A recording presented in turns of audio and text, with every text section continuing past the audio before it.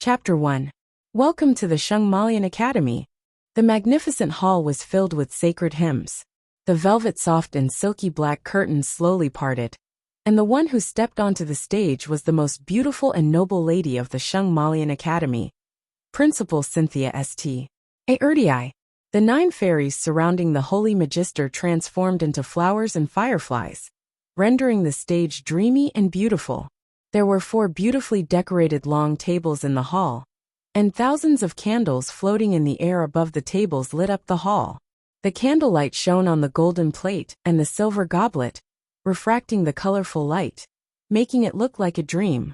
When Dake Dimming came back to his senses, he was already standing on the stage, and beside him was Principal Erdii, who had a fragrant scent. Memories came back to his mind like water. Dake remembered the memories of his previous life. Shungmalian Academy.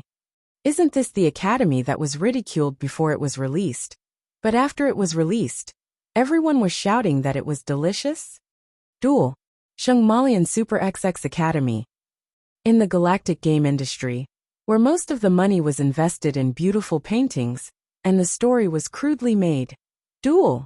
Shungmalian Super XX Academy could be said to be a rare stream of fresh air. Remember the URL, VIP can't you? VIP. Although the story framework was almost completely copied from Harry Potter, the ability system was copied from Yu-Gi-Oh! And other card games, and the characters of the duel cards came from various popular anime. The combination of these elements unexpectedly formed an interesting game. Even if you didn't attack the female characters in the game, you could still get a lot of fun from this game. Duel. Shungmalian Super XX Academy even became a card game starter for a long time, and all kinds of harmonious versions were popular in the country's pirate community. However, Dake held on to his righteous heart and stuck to his morals. He was determined not to touch this plagiarized, pirated and trashy game, so he only heard some of the settings and story from others. He vaguely remembered that the final boss of this game seemed to be a young noble called Dark Demon. As the only son of the Duchess, Dark Demon played the role of Draco Malfoy in the game. In the academy, he was an antagonist who fought against the main character in the early stages of the game. In the later stages, it was revealed that he was the descendant of the demon god. In the end, after the resurrected Demon King was killed, his bloodline awakened, and he became the great demon god. This gave the main character the opportunity to kill him and take away his fiancée. Speaking of which, Dark Demon was truly a tragic character. Even his name translated as Dark Demon. He was simply a clown that was destined to be tragic from the start. Wait, why does this name sound so familiar? Dake Diming's face gradually turned pale. Dake Diming, Dake Diming. Dake snapped out of his shock when he heard the comforting voice calling him like a warm breeze. He tried to control the trembling muscles on his face and turned to Principal Erdii. Principal Erdii had silver hair that was as pure as the moonlight. Under her long eyelashes was a pair of blue eyes that seemed to suck in people's souls. As a target in the game, she was the Shungmalian moon, the most beautiful symbol. The luxurious dress that was cut to 2 sizes smaller than her actual size made the silver moon jewelry hanging on her chest look especially white. Dake realized that he was at the Shungmalian Academy's opening banquet as the first new student to receive the Academy's branch examination. He tried to recall his experience after his rebirth. After recovering his memories from his previous life, the memories of this life became blurry, but combined with the original setting of Harry Potter, he finally remembered. Shungmalian Academy was the only academy in the kingdom that could compete with the Academy of Secrets of the Holy Church. The academy was divided into 4 branches. These 4 branches were Aristocratic Academy, Knight Academy, Magic Academy, and the Fool's Academy. The students of the Aristocratic Academy were all pure-blooded nobles. The students of the Knight Academy were brave and righteous like knights.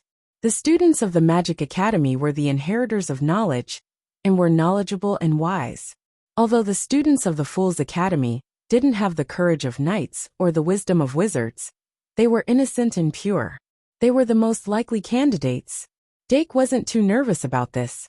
Before the demon god's blood was awakened, Even the Academy's branch card wouldn't be able to detect it. He was the son of a duke, the noblest nobleman below the royal family. He would definitely be assigned to the aristocratic academy. Otherwise, this stupid game wouldn't be able to continue from the beginning. After calming down, Dark glanced at the location of the freshman, but it was difficult to find anyone who looked like the original protagonist among the densely packed heads. Then Dake realized that he didn't even know the original protagonist's name. But it didn't matter. Since he was the son of a hero who sealed the Demon King, he would soon stand out like a firefly in the dark night. Dake took a deep breath and said, "Principal, I'm ready." As expected of the only son of the Dimming family, Principal Aertii smiled. Among the 9 sprites that were flying around her, a griffin-like sprite flew towards Dark. When it arrived in front of Klaus, there was the Fool card with a crown, a lance, a grimoire, and a tarot card on the back, and a blank card on the front, in its empty beak. Hold the branch card in your hand, Dimung. Following Principal Aertii's instructions, Dake took out the magic card from the fairy's beak. Then cover the branch card with your right hand over your left hand. Think about what you like and what you want. The branch card will guide you. Yes, Principal. Dake narrowed his eyes and began to imagine. His understanding of the game was limited. He only knew that as a villain boss in the game, he only killed himself after awakening the demon god's bloodline. And the demon god's bloodline awakened on the day of his coming-of-age ceremony. Before the bloodline awakened, although he didn't get along with the original protagonist, it was just small fights. It didn't reach the level of who lived and who died. His fiancée, the most popular female character in the game, only lost hope in him after he turned into a demon god. This gave the original protagonist a chance to take advantage of her. Then, as long as he could find a way to suppress the power of the demon god's bloodline before the coming-of-age ceremony, he would still be the son of the Duke. Not only would he have a high position, but he would also have a fiancée who would never leave him even if he did all kinds of bad things. Everything didn't seem that bad. A dazzling white light overflowed from his palm. Dake felt the heat from the branch card. As if the card was being printed, Principal Aertii's gentle voice sounded again. Dimung, raise the branch card and show this year's new students how to do the ceremony properly. Yes, Principal. Dake moved his right hand and saw that the branch card showed the symbol of a noble's crown. He raised the branch card high and inserted magic to trigger it. Bang! Like fireworks, the light suddenly shot out and formed a huge golden crown in the air. The branch card shouted, Dake Dimming Noble House. Oh, oh, oh. In the hall, cheers gradually rang out from the long table where the other students of the aristocratic academy were seated. Dake Dimmung, the only son of the Duke with the title of Valkyrie, has been assigned to our school. OMG. It seemed that the young master was quite popular in the noble house. The corner of Dake's mouth rose slightly, and he put his hand down. Beep. Detected that the demon god's bloodline has entered the awakening stage. Triggered. Damn. Chapter 2. Dake Dimming walked off the stage amidst the cheers of the aristocratic academy students. Although his smile was a little stiff, he still tried to raise his arm and give his supporters the response they deserved. As a noble pure-blooded aristocrat, he had to maintain the necessary etiquette and not appear too abrupt. Even though he was now very suspicious of his own pure-blooded. What kind of pure-blooded aristocrat would inherit the demon god's bloodline? Dake sat down in the aristocratic academy's seat and turned to face the stage. At this moment, the smile on his face that he was barely able to maintain suddenly collapsed. The demon god's bloodline has entered the awakening stage. This made him even more shocked than the system's trigger. What caused the demon god's bloodline to enter the awakening stage in advance? In the game, it should have been triggered at the very end for some unknown reason, right? Why didn't it trigger earlier or later? Why did it have to be triggered when I regained my memory? Could it be that this is the reason? No, I don't have time to be overly concerned about this problem. If I don't want to be taken away by Principal Aertii's magic elven cannon, I have to think of a way as soon as possible. Fortunately, according to the system's prompt, the demon god's bloodline has just entered the awakening stage and hasn't fully awakened yet. I can still be saved. Dake's eyes flashed, and he tried to call the system in his mind. Hello, host. The demon god support system is at your service. Damn the demon god support system. Dake gritted his teeth. This broken system actually existed to help him become a demon god. However, the war between humans and demons had ended more than 10 years ago. The war ended with the complete destruction of the demons and the complete sealing of the Demon King. Because of this, the human era had entered the Shungmalian era without demons. In this Shungmalian era, where the demons were destroyed, and the Demon King was in eternal slumber, how could there be room for heretics? After the Demon King in the original game broke out of the seal, he was still brutally beaten up. What was even worse was that it had been split into 7 parts, one after another, and its corpse was whipped. Although the demon god was above the Demon King, what could he do without an army? Wouldn't he die if he was exposed? He was even worse than the Demon King. He had 7 lives. Can you tell me how to fully awaken the bloodline of the demon god? Pride, envy, wrath, sloth, greed, gluttony, and bliss. These are the 7 cardinal sins that the demon god must face in order to awaken. Once any one of these 7 indicators breaks through the critical threshold, the host's demon god bloodline will gradually awaken and irreversibly transform into a great demon god. Current awakening progress. 0%. Host, please complete the quota as soon as possible. Expand the indicator. Yes. A moment later, 7 indicators appeared in Dake's vision. Pride 92. Envy 39. Rage 93. Laziness 71. Greed 72. Voracious 52. Bliss 72. Dake's vision went dark as he glanced over. There were a total of 7 indicators. Other than envy and gluttony, which were slightly lower, the other indicators were all over 70. Among them, the rage category was as high as 93 points, so red that it was almost purple. So, I'm such a lazy, arrogant, greedy, hedonistic, and F***king irritable piece of garbage? This doesn't make sense. The upper limit of the indicator must be 1000. Gentle reminder from the demon god support system. The upper limit of the major sins under normal circumstances is 120. The demon god bloodline has entered the awakening stage. The host will fall more easily. The host only needs to continue working hard to break through the critical threshold of pride and rage, completely awaken the demon god bloodline, and reclaim the glory of the demon race. Do you believe that I can continue working hard for a while? No. I can't be angry. I definitely can't be angry anymore. In just the blink of an eye, the rage value increased by a whole 1 point. Dake hurriedly held his breath and thought, Almighty Heavenly Dragon, Venerable Ksitigarbha, Prajna all Buddhas, Prajna Bamakong. Rage +1, TSK. A few minutes later, Dake realized that the 7 indicators were not constant. Among them, the one that fluctuated the most was obviously the rage indicator. After he tried his best to calm down, the rage indicator gradually fell back to 93 points. As for major sins like pride and envy, which involved the root of one's nature, it was very difficult to reduce. As the saying goes, it's easy to change mountains and rivers, but hard to change one's nature. Even if he recovered the memories of his previous life, it only made pride slowly fall from 92 to 91. After all, the memories of this life were not forgotten. He had indeed been a young noble thug for more than 10 years. That kind of deep-rooted pride was difficult to eradicate in a short period of time. Even if he already had a clear understanding, it still required a long period of self-improvement before he could reverse it bit by bit.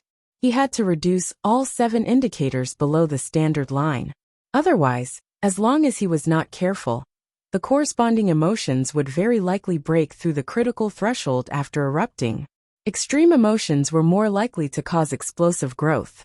It was difficult to reduce back to the original standard.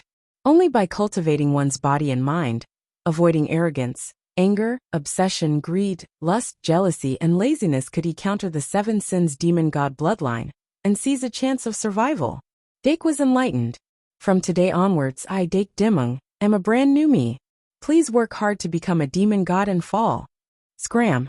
Rage +1.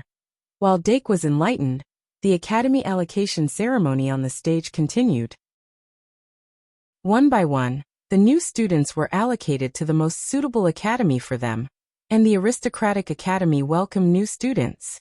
However, due to the complicated relationship between the nobles, no one dared to sit next to the Duke's son. The Valkyrie, Yvette St. Diamond, had swept across the battlefield with her absolute strength. She had hated evil all her life, and had annihilated countless devils. In the end, she had even assisted the heroes of that time in sealing the undying Demon King. She was known as the Twin Swords of the Kingdom, and was revered by everyone. At the moment when the hero sacrificed himself to seal the Demon King, Arvette was the highest representative of pure strength in the kingdom. Only the principal of the Shungmalian Academy, the Pope of the Holy Church, and the principal of the Holy Church's Mystic Arts Academy could contend with Arvette. If Dake had not awakened his demon god bloodline, he could have relied on the protection of the goddess of war. No matter how bad things were, he could have enjoyed the glory and wealth of the future Duke. Damn demon god bloodline. Rage +1. Guard against arrogance and impatience. Guard against arrogance and impatience. Dake hurriedly closed his eyes and emptied his mind, calming his surging emotions. Rage -1. Hello, may I sit here? Dake's eyes were still closed. Then I'll sit down. Hey. You're so weird. Did you not sleep well last night? I have a requiem incantation here. I can lend it to you. Dake finally couldn't help but open his eyes. He tried to speak in a calm and emotionless voice. The requiem spell should be a curse-type card, right? You use it to help you sleep? Is that so? Deanna Greatbear asked in surprise. Her mouth was slightly agape, and she looked very pitiful. Dake's eyebrows twitched. He suddenly felt that he was losing control of his primitive force. Bliss +1, bang. Rage +1. Chapter 3. Deanna Greaterbuyer, that's my name. What about you? Dake Demong. Greaterbuyer, the bear of the kingdom.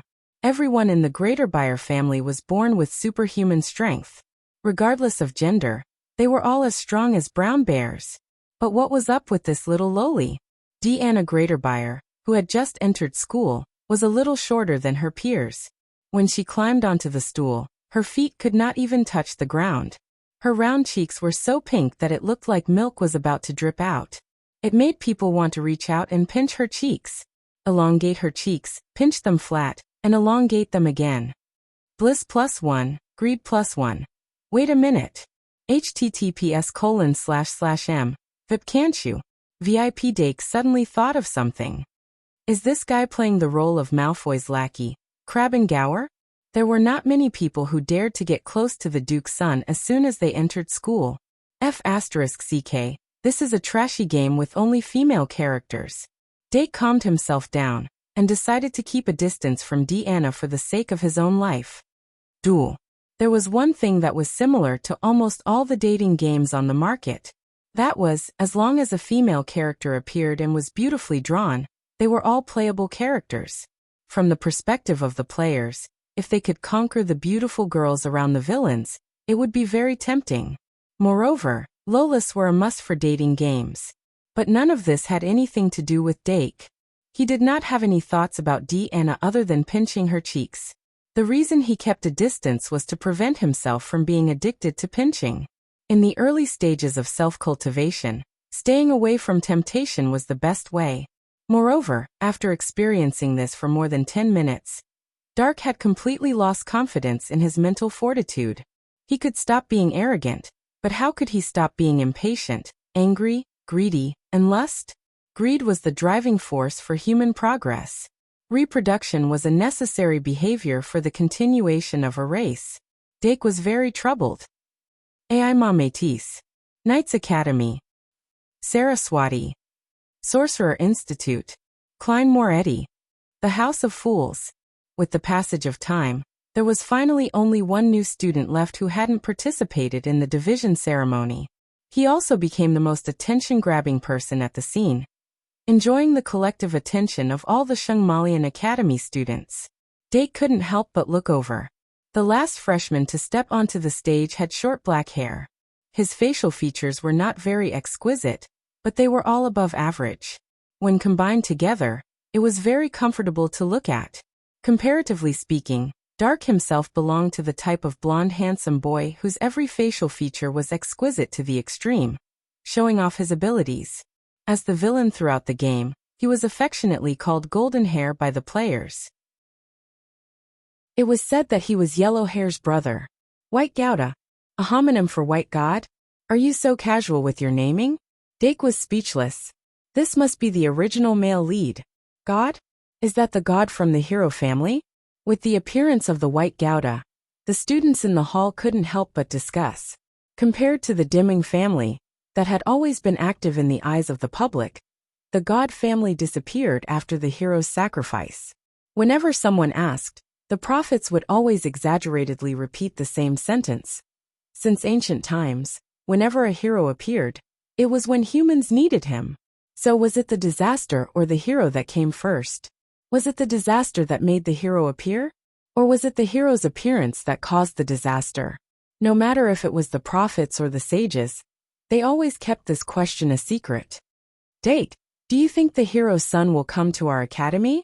Deanna asked with sparkling eyes.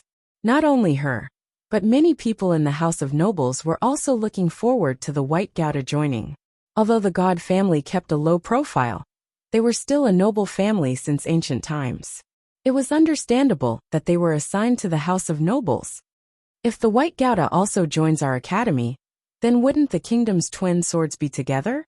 The students in the House of Nobles were discussing with excitement. However, their wish was destined to never come true. Dake looked at the floating -1 in his vision and couldn't help but smile. Looks like I can do it if I want to. White Gouda. Knights Academy. The fireworks released by the Academy card formed a giant lance in the air. The White Gouda walked to their table amidst the crazy cheers of the Knights Academy. We have God! We have God! The name White Gouda echoed throughout the hall. The cheers were even more enthusiastic than when Dake completed the Academy allocation ceremony. Jealousy +1. TSK. Rage +1. Dake quickly calmed himself down. He clearly felt that he wasn't jealous at all. Why did his jealousy indicator +1? There must be something wrong with this garbage system. Dake felt that his dignity was being insulted. Principal Erdei's gentle voice suppressed the cheers in the hall. Freshmen, keep your academy card well. It will guide you for the next 6 years of your academy life. In the Shungmalian Academy, the academy allocation ceremony was also a process of awarding academy cards. Every freshman would receive an academy card during the allocation ceremony. This academy card represented the student's identity and was also the first magic card that the student personally made after entering the academy. It would be an essential tool in the life of the academy and accompany the students for a total of 6 years. Dake also looked at his academy card. As the only son of a duke, he naturally received higher education from a noble family before entering the academy. He had a basic understanding of magic, magisters, and magic cards. In the kingdom, those who could receive the Shungmalian Academy's admission letter were all gifted with magic. In other words, they would become magisters in the future. The magic of a magister would increase with age. Repeated use of magic would improve the quality of the magic, but it would have a very limited effect on the growth of the magic.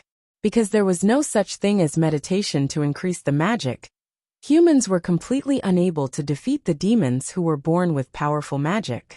Until the appearance of the most powerful magister in history, Merlin, the situation of the battle was reversed. Merlin used alchemy to refine knowledge, magic, imagination, potions, and many other elements into cards and created a magic card that transcended the era and selflessly made this knowledge known to the public. Since then, magisters abandoned their magic wands and continuously created powerful magic cards, completely wiping out the demons who were already behind the times. The Academy's Academy card that was initially provided was a semi-finished magic card. It required the students to personally complete the last step to create a complete Academy card. Principal Erdei used a short speech to complete the final speech. Then she took out a Gourmet Series magic card. With a light wave of her hand, all the tables were covered with exquisite delicacies. In front of the countless delicious dishes, all the students temporarily forgot about other things and happily ate to their heart's content. Among them Only Dake stared at the delicacies in front of him and froze. Dake, you don't like this honey-glazed lamb leg? Then let Deanna help you destroy it. Deanna quickly snatched Dake's honey-glazed lamb leg. Jealousy +1, gluttony -1. Chapter 4. With Deanna's help gritting his teeth, Dake successfully restrained his urge to eat. As for the jealousy +1, Dake expressed that he did not know what jealousy was. He looked at the empty plate in front of him and suppressed the irritation in his heart. His gaze swept across the delicacies on the table. Roast beef, roast chicken, lamb chops, sausages, steak, Yorkshire pudding, baked potatoes with cream, gravy, tomato sauce, beans. Maintaining his elegant demeanor, he quietly swallowed his saliva. Dake scooped some beans from the large silver bowl and poured them onto his plate. Let's start with the beans. Gluttony is not eating. Eating in moderation shouldn't increase the gluttony indicator. As expected of the delicacies created by the headmaster of Erdii, who was given the title of saint, even the ordinary bean stew had its own unique flavor. Dake picked out a bean from the pile and stuck it in with a silver fork. He then sliced it with a knife and put it into his mouth piece by piece. As he chewed and swallowed, the flavor of the beans slowly spread in his mouth. It was so damn sweet. He remembered the URL. MVIP can't you? VIP Dake could not help but squint his eyes and stick the other half of the bean. Sitting opposite him was another student of the Noble Academy, Luo C. Flotty. She was holding a silver spoon and scooped a large spoonful of beans from a small bowl and stuffed it into her mouth.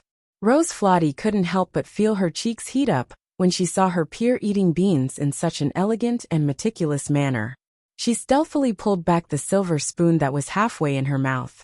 Learning from Dake, Luo C picked up a knife and fork and stuck the beans awkwardly. However, the beans would always escape from the knife and fork. This made her have a good impression of Dake, who was proficient in using a knife and fork to eat beans. I've always heard that the only son of the Duke's family has a bad character and has no noble demeanor at all. I didn't expect him to be so well-mannered. Girls of this age always like to imagine other people's characters from the details. Moreover, she was a runaway girl who had just escaped from the heavy noble etiquette. She was so excited about the freedom after entering the school that her brain lacked oxygen. Otherwise, she wouldn't have imagined young Master Dake as the benchmark of nobility.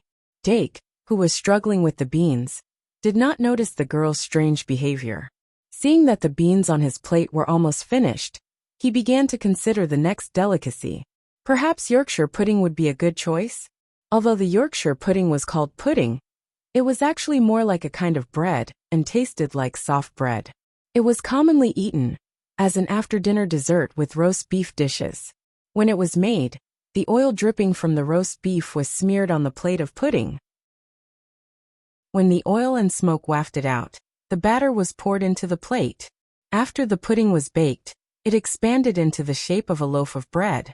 The skin was golden and crispy, and the insides were soft and delicate.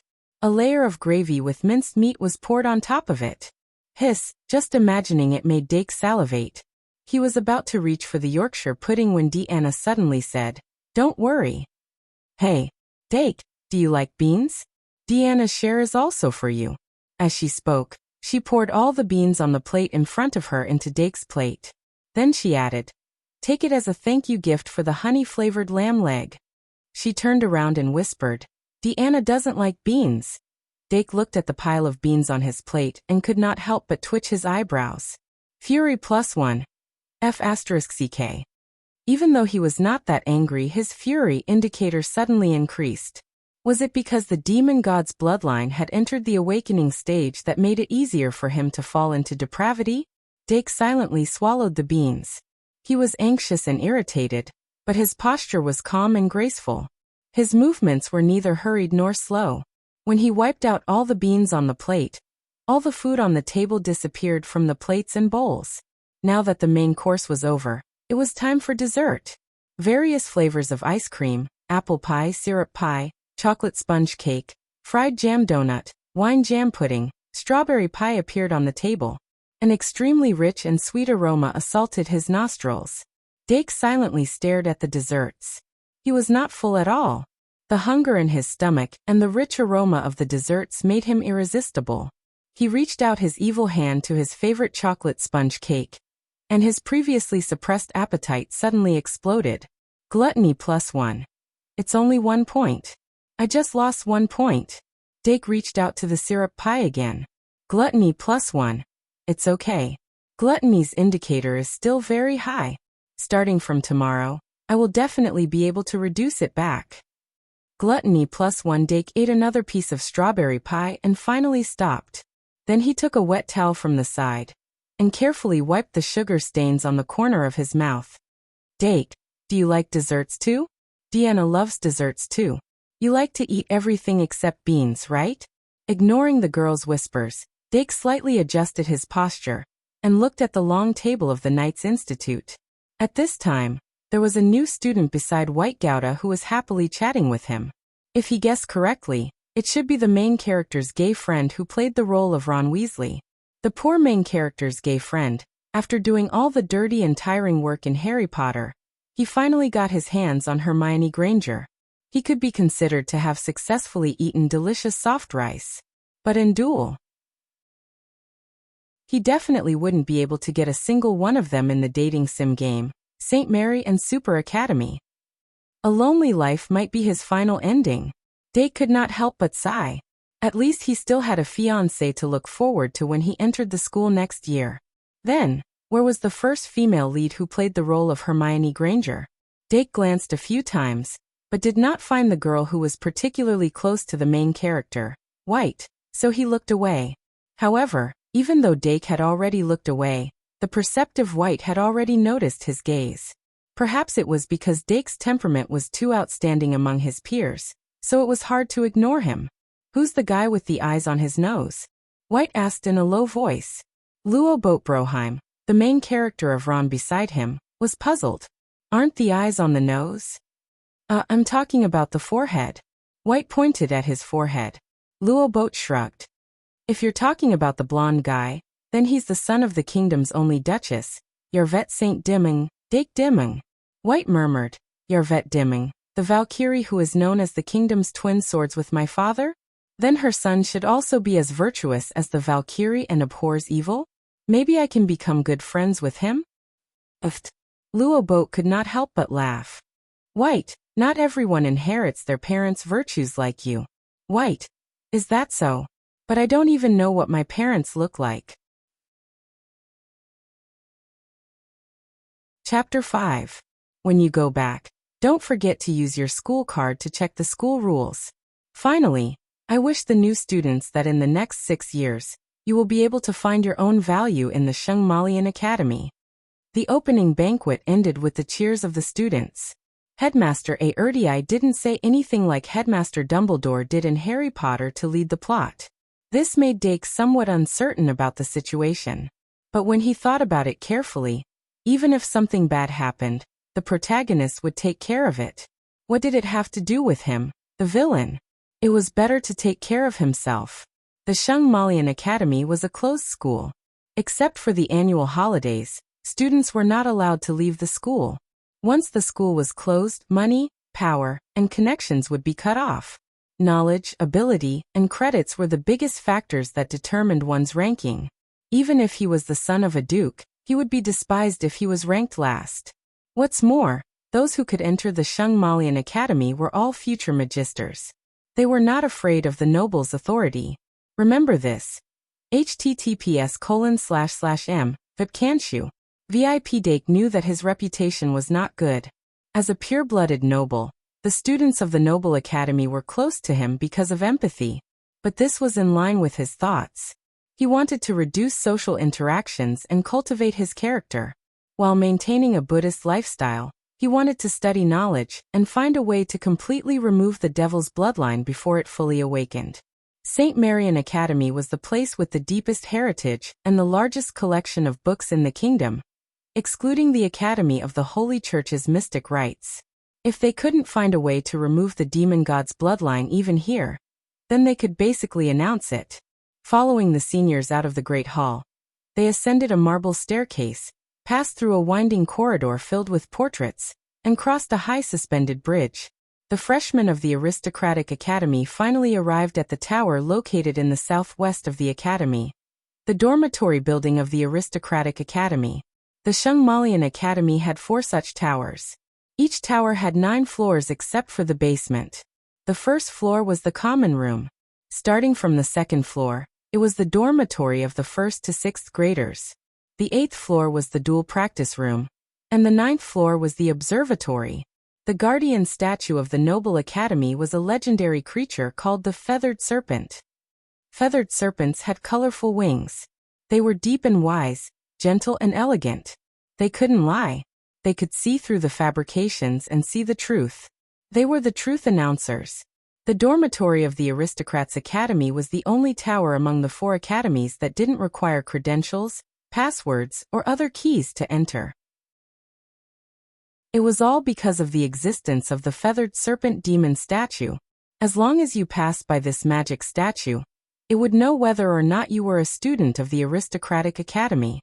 Dake saw Deanna running into the tower in a hurry and followed her. When he passed by the feathered serpent, the golem that was entrenched in front of the door suddenly opened its snake eyes. Its pupils were vertical, bright and spirited. It didn't look like an inanimate golem at all. Dake kept quiet out of fear. However, the white light emitted from the feathered serpent's eyes only scanned his body once before withdrawing. Then, the feathered serpent closed its eyes again, not making a single sound. Dake hastened his footsteps and entered the tower. Only then did he heave a sigh of relief. I almost thought that the demonic bloodline had been discovered. Originally, when Dake saw that there was a progress bar for the awakening of the demonic bloodline, he thought that there was still room for error. But now, even if it was only 1% awakened, it couldn't escape the eyes of the feathered serpent demon statue. Is this the legendary hell difficulty? Dake, what's your room number? Deanna ran over with the school card in her hand. Dake glanced at the door with lingering fear, and also injected magic into the school card. The crown pattern on the front of the school card faded away, revealing the information he wanted to know. Room 201. Deanna is room 233. It's so far away. Aren't they all in the same building? Dake casually said a few words, and quickly went up to the second floor to find the room at the front of the second floor. It wasn't until he entered the room and locked the door that he gradually relaxed. He couldn't help but smile bitterly. I've never been so stressed in my 2 lifetimes. The dormitory was a single dormitory. Not only did it have a big soft bed, it also had a separate bathroom. There were brand new daily necessities on the bed, as well as a set of first-year textbooks. Dake made the bed with great difficulty, but his brain was too tired to think. I'll think about it tomorrow. The sky had just brightened. Dake opened his eyes tiredly. There was a copper wall clock on the wall opposite the bed, and the hour hand just pointed to 6 o'clock. 6 o'clock? Class starts at 8. Let's sleep a little more. Sloth +1. The cruel system prompt suddenly floated in front of his eyes. Dake was shocked, and all his sleepiness was gone. See. A type of plant. Fury didn't increase by 1. Dake wiped the sweat off his forehead. Now pride and fury had the least room for error. Envy and gluttony had relatively more room for error. 15 minutes later, Dake, who had changed into his school uniform, went to the common room on the first floor. The Aristocrat Academy's uniform was black with gold edges, and there was a small crown on the chest. The Academy also gave him a card bag that could hold 21 magic cards. The common room was very quiet, and the magic lamp hanging on the wall would automatically light up when someone came in. Dake, who had lost the joy of waking up, looked dispirited as he found a place to sit, and then took out the textbooks one by one from his shoulder bag. In order to remove the demon god's bloodline, other than finding the correct method, the necessary knowledge and ability were also very important. Imagine if there was a magic book that recorded the correct method in front of you, but you couldn't understand it at all. How despairing would that be? The opposite of sloth is diligence. Dake picked out the textbook that he needed for today's first lesson. Beginner's Summoning Guidebook. Summoning was the method to awaken magic cards, and it was a basic spell that every magus had to master. The summoning class was set for the first lesson on Monday to teach the freshmen how to summon the familiar from the Academy card. Under the slightly dim yellow light, Dark Diamond opened his textbook and began to preview in the public lounge where there was no one else. A few minutes later, Dake gradually got into the zone. In his previous life, he was a graduate after all, and he had the necessary ability to decipher words. Among the young magus of his age, there shouldn't be anyone who was better at writing than him. Maybe it's not bad to become a top student like this? Pride +1. Dake suddenly realized that he had improved, and he didn't even mention that plant. If he could get into the zone while studying, it actually felt pretty good. This was because he could feel that he was improving. Humans were born with a thirst for knowledge. Only by constantly acquiring knowledge, exploring the unknown, and solving mysteries, could one open up new era after era. After studying seriously for an hour, greed +1, fury +1. Chapter 6. The temperature in September had begun to drop. The Shungmalian morning was chilly, just like the coldness of the world, beautiful and cold. Trembling with anger, Dake never thought that the thirst for knowledge could be seen as greed. Was the demon god bloodline so shameless for the sake of awakening? What should he do now? Should he continue with the book? Should he continue with the class? Laziness and diligence. Thirst for knowledge and greed. How was he going to balance these two? Was Dake too serious in his studies? Website. https://m, vipcanshu. VIP. Or did I study for too long? Dark raised his head and looked at the clock above the fireplace. Before he knew it, it was already 7:20. I studied for about 65 minutes, but I only really entered the zone for about 50 minutes. As I read for a long time, I gradually developed a thirst for more related knowledge. When the thirst reaches a certain level and is not satisfied, it will turn into greed. But it's very difficult for a normal person to reach that level. Dake knew himself well in this aspect. He knew that he was not the kind of person who thirsted for knowledge. After the demon god bloodline entered the awakening stage, the lower limit of his sin index became very low. For example, if someone else had to have a thirst of 10, it would be seen as greed.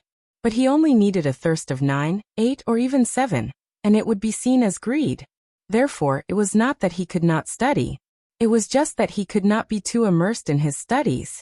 An ordinary class and an ordinary homework assignment should still be within the scope of tolerance for mistakes. Active learning and passive learning were definitely different. As for whether this was the case, he would have to do a few small experiments. Dake took a deep breath. His greed index was 73, so there was still a lot of room for trial and error. Stupid people would choose to retreat at this time. Smart people would try to find a suitable method. Pride +1.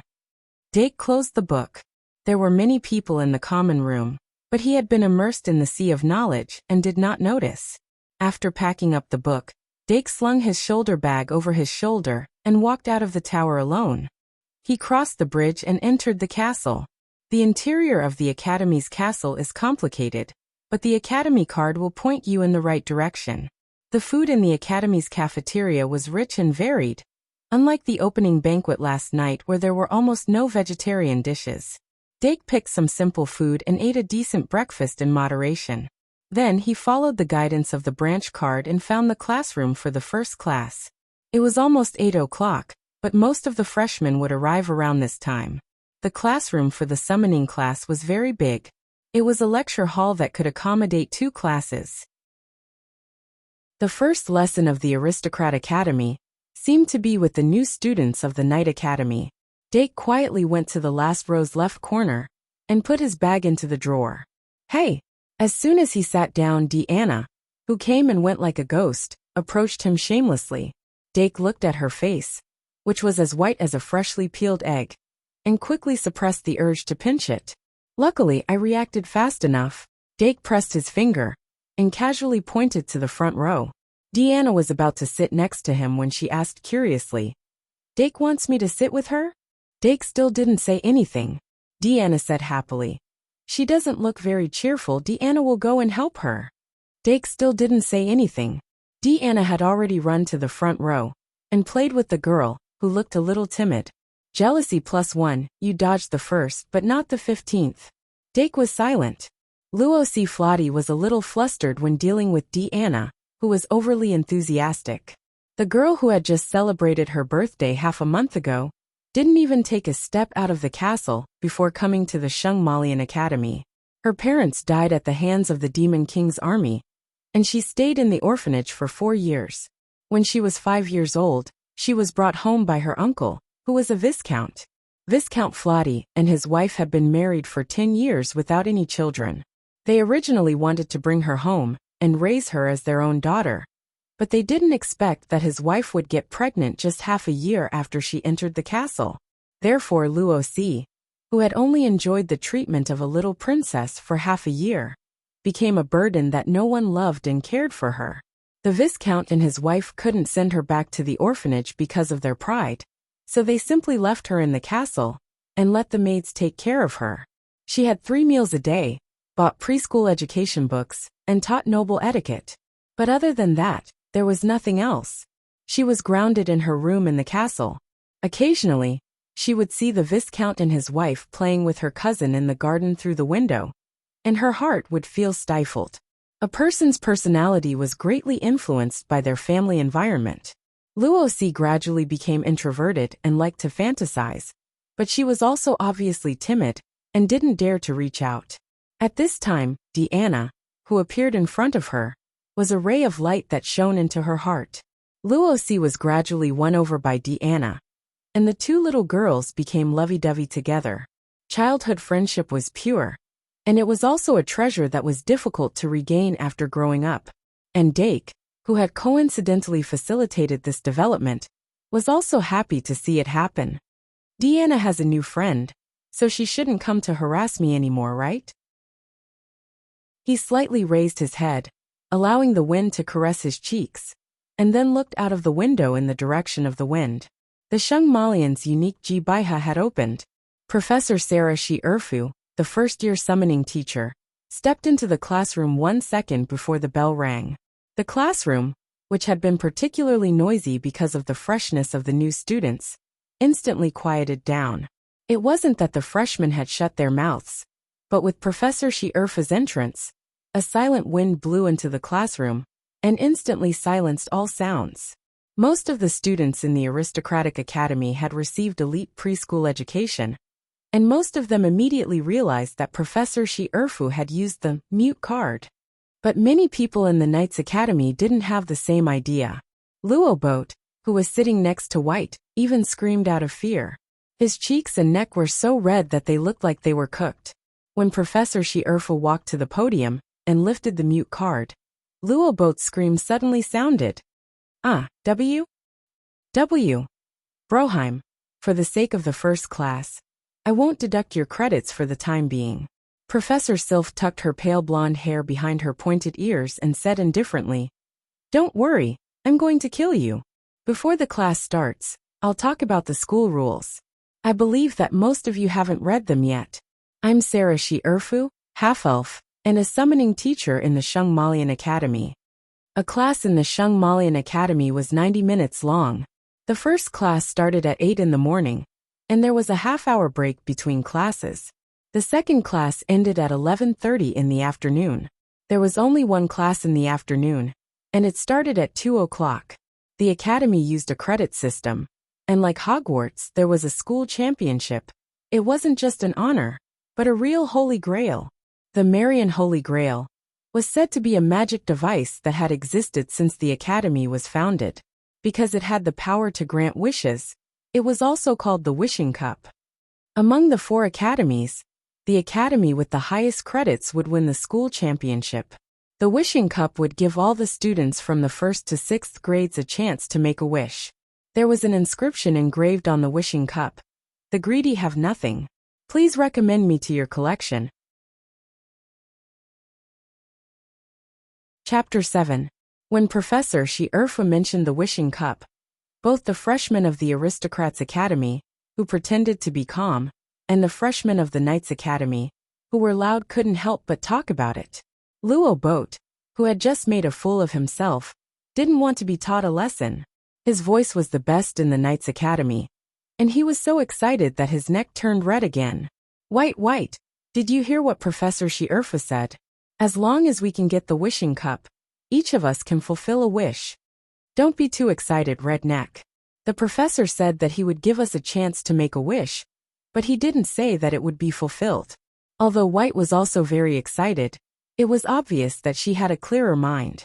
On the other side, Deanna was the loudest person in the Aristocrats Academy. She shouted excitedly at Luosi, but then she felt that it wasn't enough, so she jumped up and said to Dake, "If we get the wishing cup, I must wish for a candy house with chocolate walls, candy lamps, a bed of candy, a cake top, a candy rug, and a pudding cushion. And it must be so big." Looking at Deanna happily describing the candy house, Dake was almost infected by her emotions. Seeing that greed +1 didn't appear in his vision, Dake was secretly relieved, and then he smiled and reminded her, "Deanna, greedy people have nothing. If the wishing cup could really fulfill any wish, it wouldn't have been placed in the Shung Malian Academy for the students to compete for." According to the inscriptions on the wishing cup, most of the wishes that could be fulfilled were small things. Otherwise, Dake would have directly made a wish to remove the bloodline of the demon god. Remember the URL, MVIP, can't you? Vine, tell that damn system to get out of here. This time, Professor Shirfa didn't use the silence card. Instead, he waited for the freshmen's discussion to gradually die down before he patted the table and said, "In addition to determining the ownership of the school championship, academic credits are also Shung Malian's hard currency. Using academic credits, you can buy anything you want in Traveler Street, and you can also make transactions with any Shung Malian teachers and students. Of course, every transaction will be recorded by the school card. Only the credits obtained through legitimate transactions will be recognized by the school. Lastly, does anyone know how to obtain credits?" Professor Shirfu placed his hands on the podium and scanned the classroom seriously. As a half-elf, Professor Shirfu had inherited the ethereal beauty and long lifespan of elves. There was no trace of age on his face at all. Although she always had a serious expression on her face, she would occasionally reveal a weak expression in private. This became her selling point instead. In Duel, in the Shung Malian Super XX Academy, Professor Shirfu was the most popular professor among the players. Of course, she was also a playable character. If it wasn't for the fact that she had displayed a stern and rigid image when she first appeared, which lowered some favorability points, Dake's primordial power might have exploded again. At that time, it wouldn't be a matter of whether or not to go to class. It would be a matter of whether or not he wanted to live. In the face of Professor Shirfa's question, the freshmen of the two schools surprisingly didn't respond. It seemed that they were like Dake and didn't read the school rules. After a while, a student finally raised her hand. Professor Shirfa glanced at her and directly called out her name. "Ai Ma Métis, you answer." Ai Ma Métis was a brown-haired little girl with a round face. She seemed to be developing slower than her peers, but she was taller than Deanna. When she stood up, she was a little nervous and accidentally bit her tongue, but at least she answered smoothly. "The easiest way to obtain credits is to attend classes seriously. You can get 10 credits for each class. If you can answer the professor's questions correctly or satisfy the professor, you can get extra credits. In addition, the results of the final exam can also be converted into credits. And, there's also the magician duel." "Very good, Métis, 5 credits. Professor Shirfu applauded and gestured for her to sit down, then continued to add, "If you answer the questions correctly in class, you can get extra credits. But if you don't attend class seriously, the professor has the right to deduct the corresponding credits. In addition, the magician duel is very important in Shung Malian. It can bring a lot of credits to each school. As for how to participate in the duel, your duel teacher will tell you. Now the class officially begins.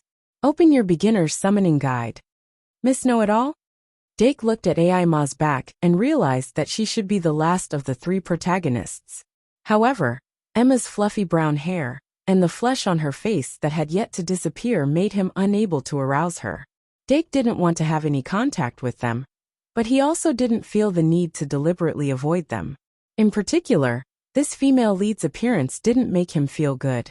Next, Professor Shi-Erfu began to teach the most basic summoning technique. Summoning technique was a technique based on the existence of the magician card. It could summon spirits, items, potions, and all kinds of other things sealed in the magician card. It was said that on a deeper level, there were sacrificial summoning techniques, fusion summoning techniques, ritual summoning techniques, reverse summoning techniques, and many other summoning techniques. Some magician cards were even equipped with special summoning spells. The proficiency of the summoning technique determined how many magician cards a duelist could use in the same time. In short, if you needed 5 seconds to cast the summoning technique, and your opponent only needed 3 seconds, he could cast the summoning technique 2 seconds earlier than you. If your summoning technique had a cooldown of 30 seconds, then you couldn't even use the third magician card within a minute. The famous duel master Lu Sun of Switzerland once said, "Summoning technique can determine a duelist's upper and lower limits." The task of this class was to use the summoning technique to summon the familiar sealed in the faculty card. Professor Shi-Erfu spent half an hour explaining the school rules, and another half an hour teaching the basic theory of the summoning technique. Finally, he left half an hour for the students to experiment. After Dake confirmed that his greed index didn't increase, he followed the steps in the textbook to try the summoning technique. Because he had a preview in the common room in the morning, his progress was faster than most of the new students. Because the faculty card was a beginner's tool, the summoning technique was easier than the average magician card. Therefore, Dake succeeded in summoning the familiar sealed in the faculty card at 9 o'clock. The faculty card was a compound magician card. It was very special, and its functions were very powerful. Because the creation of the school card was done by the students themselves, every student would summon a different familiar when using the school card. In the name of Dake Dimung familiar summoning, the faculty card used a special summoning spell to reduce the difficulty of the summoning technique. As Dake chanted the spell correctly, the magic in his body flowed from his fingertips into the faculty card. Because of this, the faculty card bloomed with a bright light, attracting countless attention. Ai Ma, who had also done a preview, but failed several times, couldn't help but look over. Under the white light, Dake's fair face, handsome face, and peaceful eyes left a deep impression on Ai Ma. She gritted her teeth, and without looking at what Dake summoned, she quickly flipped through the textbook, looking for mistakes, and tried the summoning technique again. Her competitive spirit was fully exposed. But Dake wasn't relaxed at this time. He suddenly found that the speed of the magical power flowing out was getting faster and faster, as if the faculty card was actively absorbing his magical power. The magical power that had increased, due to the awakening of the demon god's bloodline, was almost exhausted. At this time, a hexagram magic array suddenly appeared on the faculty card. Looking at the familiar that he summoned with the faculty card, Dake felt that there was a big problem. It was a little demon that looked like a bat. And it wasn't an ordinary little demon. Chapter 8. Is it a fiend? Professor Shi-Erfu had already made his way over to Dake's side. The unique fragrance of the elven race wafted into his nose, making his heart itch slightly. Dake took a deep breath and asked in confusion, "Professor, isn't the age of the devils already over? Why can I still summon fiends?" Professor Shi-Erfu explained in an extremely flat tone. The familiars of the branch card are just a type of magical fairy. Strictly speaking, they are products of alchemy. Just like the golem, it wasn't a real life. The so-called fiend species was just a classification of magical elves. It did not mean that they were devils. As an archmage, he had to learn how to distinguish the truth from the truth, and not be blinded by appearances. As for why you summoned a fiend, it had something to do with your magic power, knowledge, and personality. Moreover, the magic elf's technology is not perfect, and there are many things that cannot be explained. The surrounding freshmen nodded their heads, as if they didn't fully understand. Only Dake asked seriously, "Professor, what's the name of my familiar?" Professor Shi-Erfu said seriously, "This will be your homework after class. Before the next summoning class begins, If you successfully summon your own familiar, find out its type, name, and characteristics, then write a 300-word report to me. Alright, 5 points for Dimung. With that, Professor Shi-Erfa walked towards another student. Dake looked at her back and wondered if she did not even know the name of the fiend. After all, this thing was a little devil beast. Duel, Shung Malian Super XX Academy, was indeed an ultimate stitched monster. It had even borrowed copied, attacked. 1 second to remember https://m, VIP can't you? VIP. Even though he knew that the game was a hodgepodge, he couldn't just copy it like that, right? Dake felt a headache coming on. The little fiendish magical beasts seemed to be able to evolve into ultimate blood-sucking magical beasts. There were too many evolutionary branches of the Digibeast, and it was too messy for him to remember clearly. However, the familiars of the Academy card should belong to the category of low-level magical spirits. Their main function was to help their master transmit messages or send and receive letters, replacing the positioning of the owls. According to the Magus, the intelligence level of a familiar was 2.5, which was slightly lower than that of a normal wild beast. It was harmless. Dake played with the little fiend's head and found that its reaction was still a little slow. Was it because it had just been born? The little demonic beast's body was round, and it had bat-like wings and 3-fingered claws. There was a white skull imprinted on its forehead, and it looked a little ugly after looking at it for a long time. Most importantly, it had wings and could fly, so it was more suitable to be a tamed demon.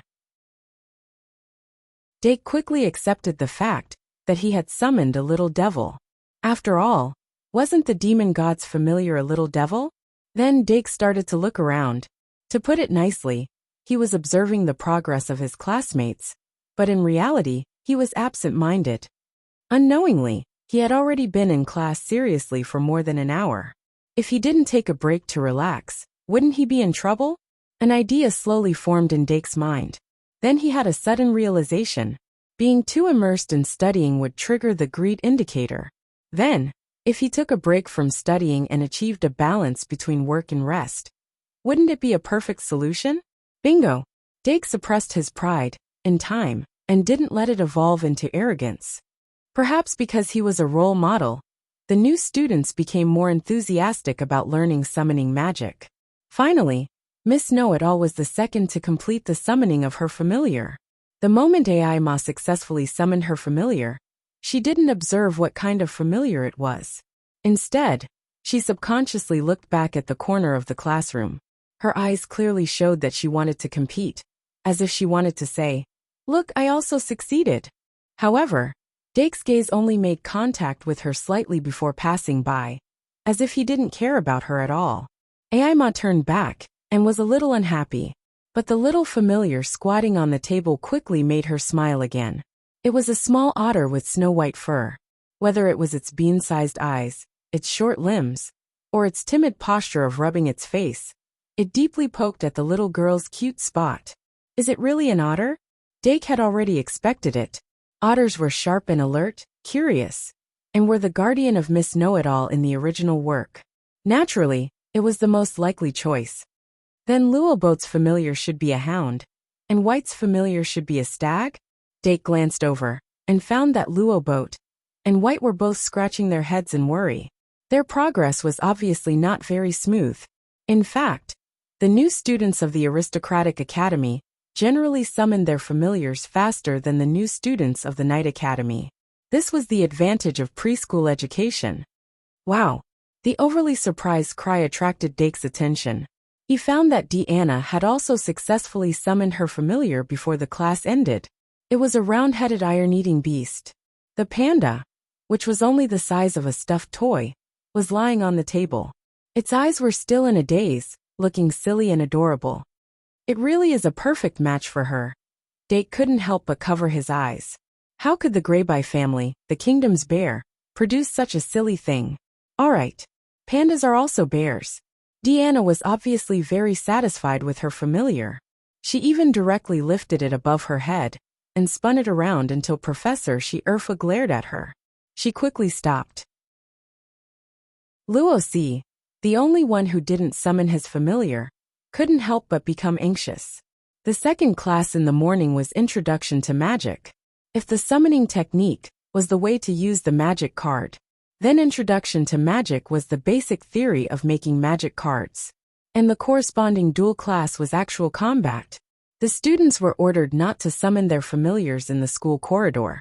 But there were still people who didn't follow the rules and ran around with their familiars. Dake ignored those people and went to the Introduction to Magic classroom first. The break between classes was a full half hour. The lazy people were wasting time, while the hard-working people had already started to prepare. In order not to be judged as lazy, Dake took out the textbook for Introduction to Magic, Basic Theory of Magic Engineering 1, and started to read it casually. Thus, when AI Mamétis hurried into the classroom, she saw a hard-working person sitting in the last row by the window. This didn't seem like something someone from the House of Aristocrats would do. Usually, such a person should go to the School of Magic Engineering. AI Ma muttered such words and found a seat in the first row. She also took out her textbook to prepare. Dake glanced at AI Ma on the right side of the front row.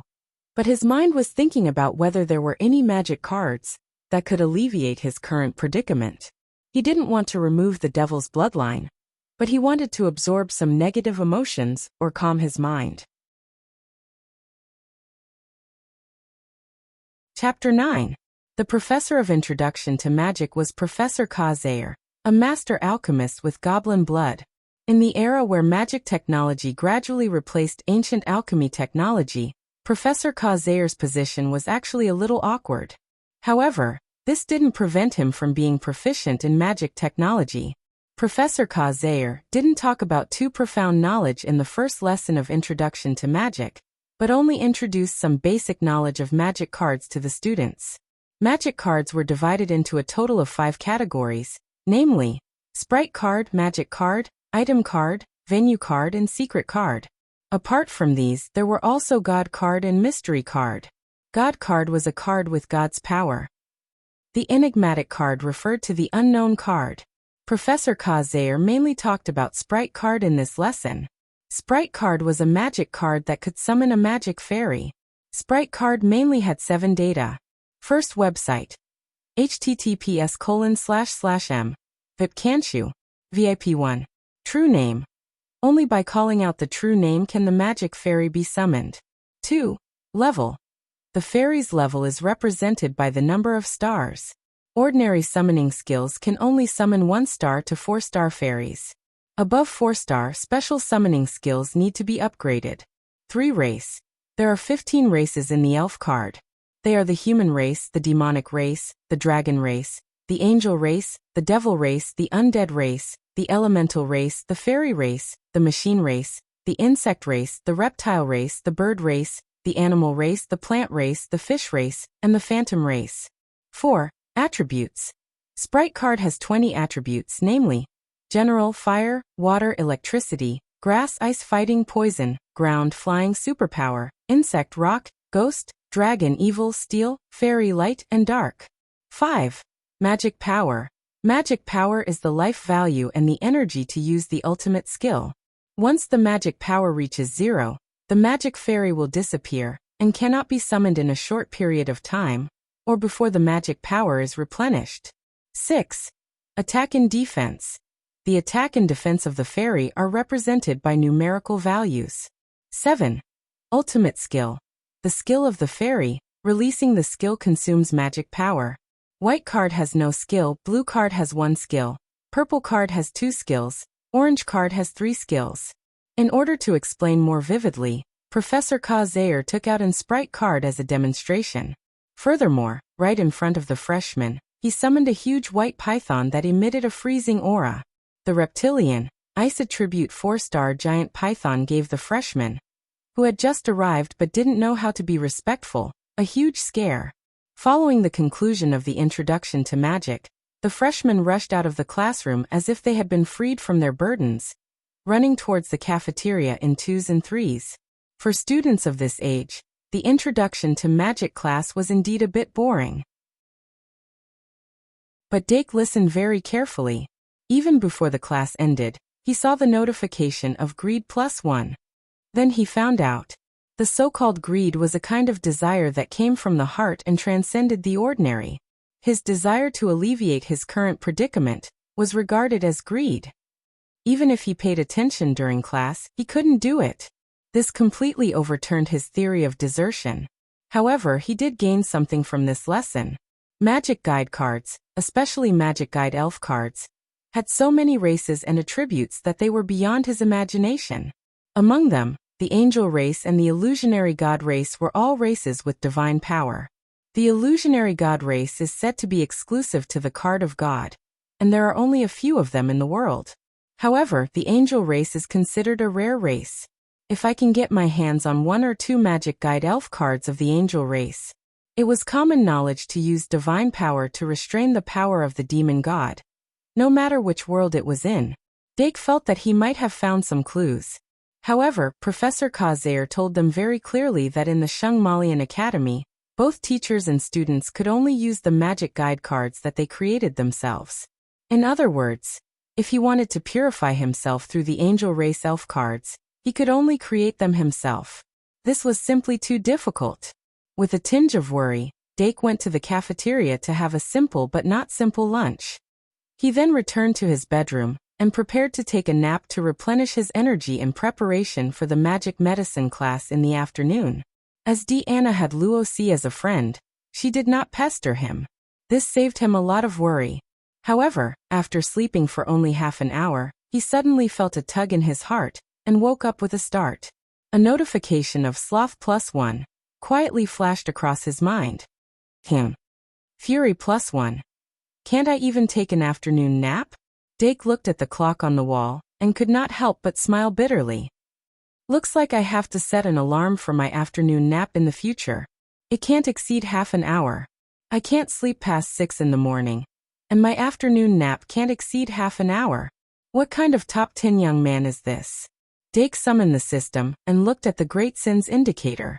Pride, 93, Jealousy, 42, Fury, 95, Sloth, 72, Greed, 74, Gluttony, 54, Bliss, 75. Generally, it showed an upward trend. Especially the Fury indicator. Even though the Fury indicator was the one that fluctuated the most among the 7 great sins, once the anger subsided, it would more or less decrease. However, it was still 2 points more than the beginning. This was not a good sign. Dake simply got out of bed and put the textbook for the magic medicine class into his bag. He prepared to go to the common room to read for a while.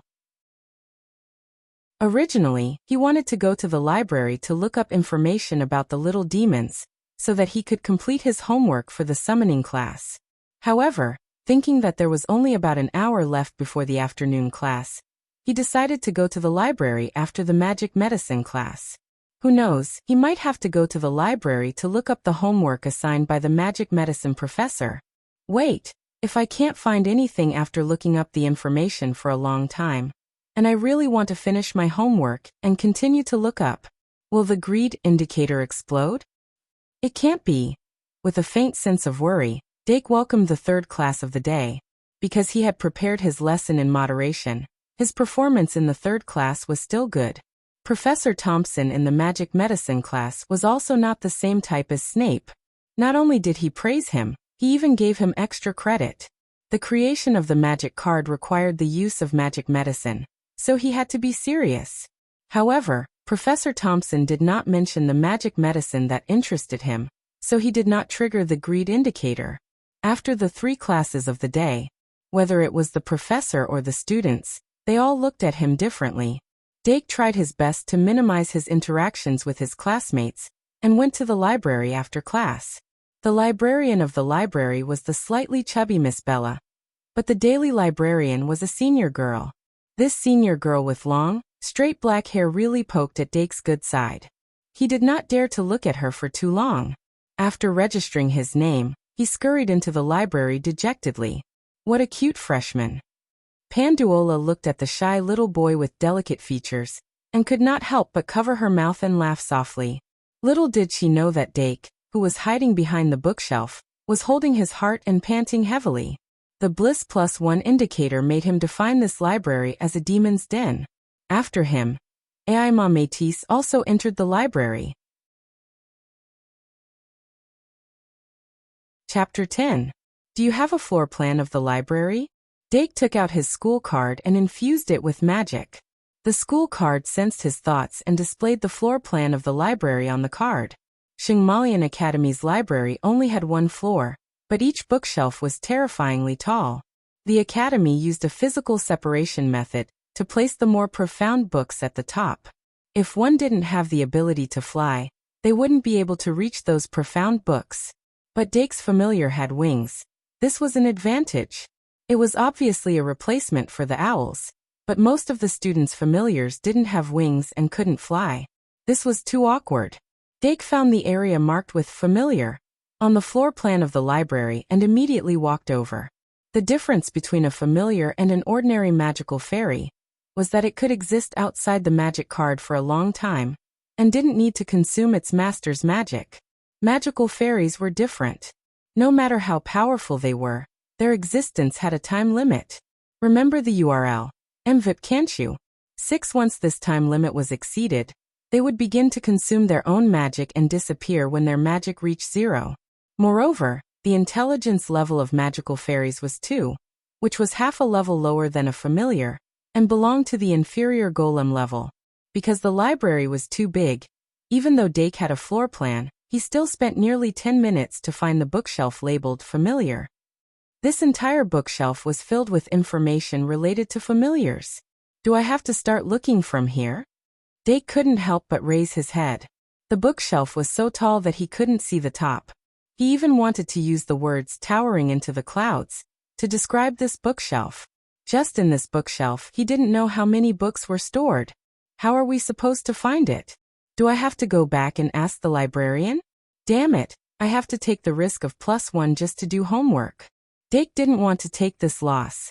So he calmed down and prepared to slowly search from the bottom to the top. The little fiend belonged to the devil species, so he only needed to find books related to the devil species. But he soon found that the books in this bookshelf were all books such as Special Magical Spirits, Familiar, The Story of Familiar and Spirits That Must Be Told, A Guide to Making a Familiar, 101 Key Points to Learn to Make a Familiar, and so on. Could it be that I'm in the wrong place? Dark realized that his thoughts were probably in the wrong place. Information about the little fiends shouldn't be found in the familiar area. Instead, it should be found in the magic card or the magic fairy area.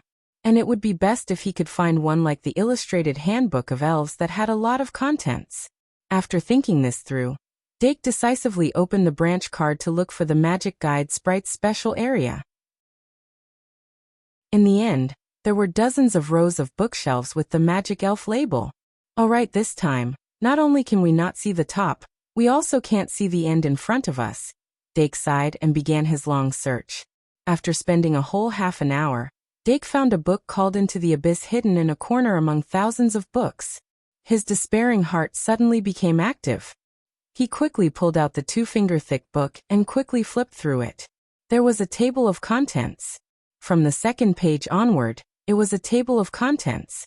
It recorded thousands of types of fiends. Dake didn't bring the book to the reading room. Instead, he stood in front of the bookshelf and flipped through it. When he flipped back to the first page, a line of short sentences came into view. Walk into the abyss. Gaze into the abyss. Dake wanted to skip over it, but he didn't expect his eyes to suddenly blur. The line of words suddenly trembled, and then transformed into a language that he had never seen before but could understand. This method. Is it a secret ancient language? The secret ancient language was a kind of magic language that the ancient fiends used to pass down knowledge. This magic language was very special. The encryption level ranged from 1 to 12. It required the corresponding sequence of fiend bloodline to understand it. In this world, it was also a unique encryption method. Dake didn't know what sequence his bloodline was in, and he didn't know the encryption level of this magic language at all. But this didn't stop him from understanding this line of words. Dispel the fog and see the truth. The full moon will guide you. Dake blinked, then sneered and flipped to the table of contents. Then he sorted according to the alphabetical order and found a fiend called Little Fiend Beast. After all, It was only the first-class homework for the first grade. Dake suspected that Professor Shi-Erfu only wanted them to learn how to find information in the library.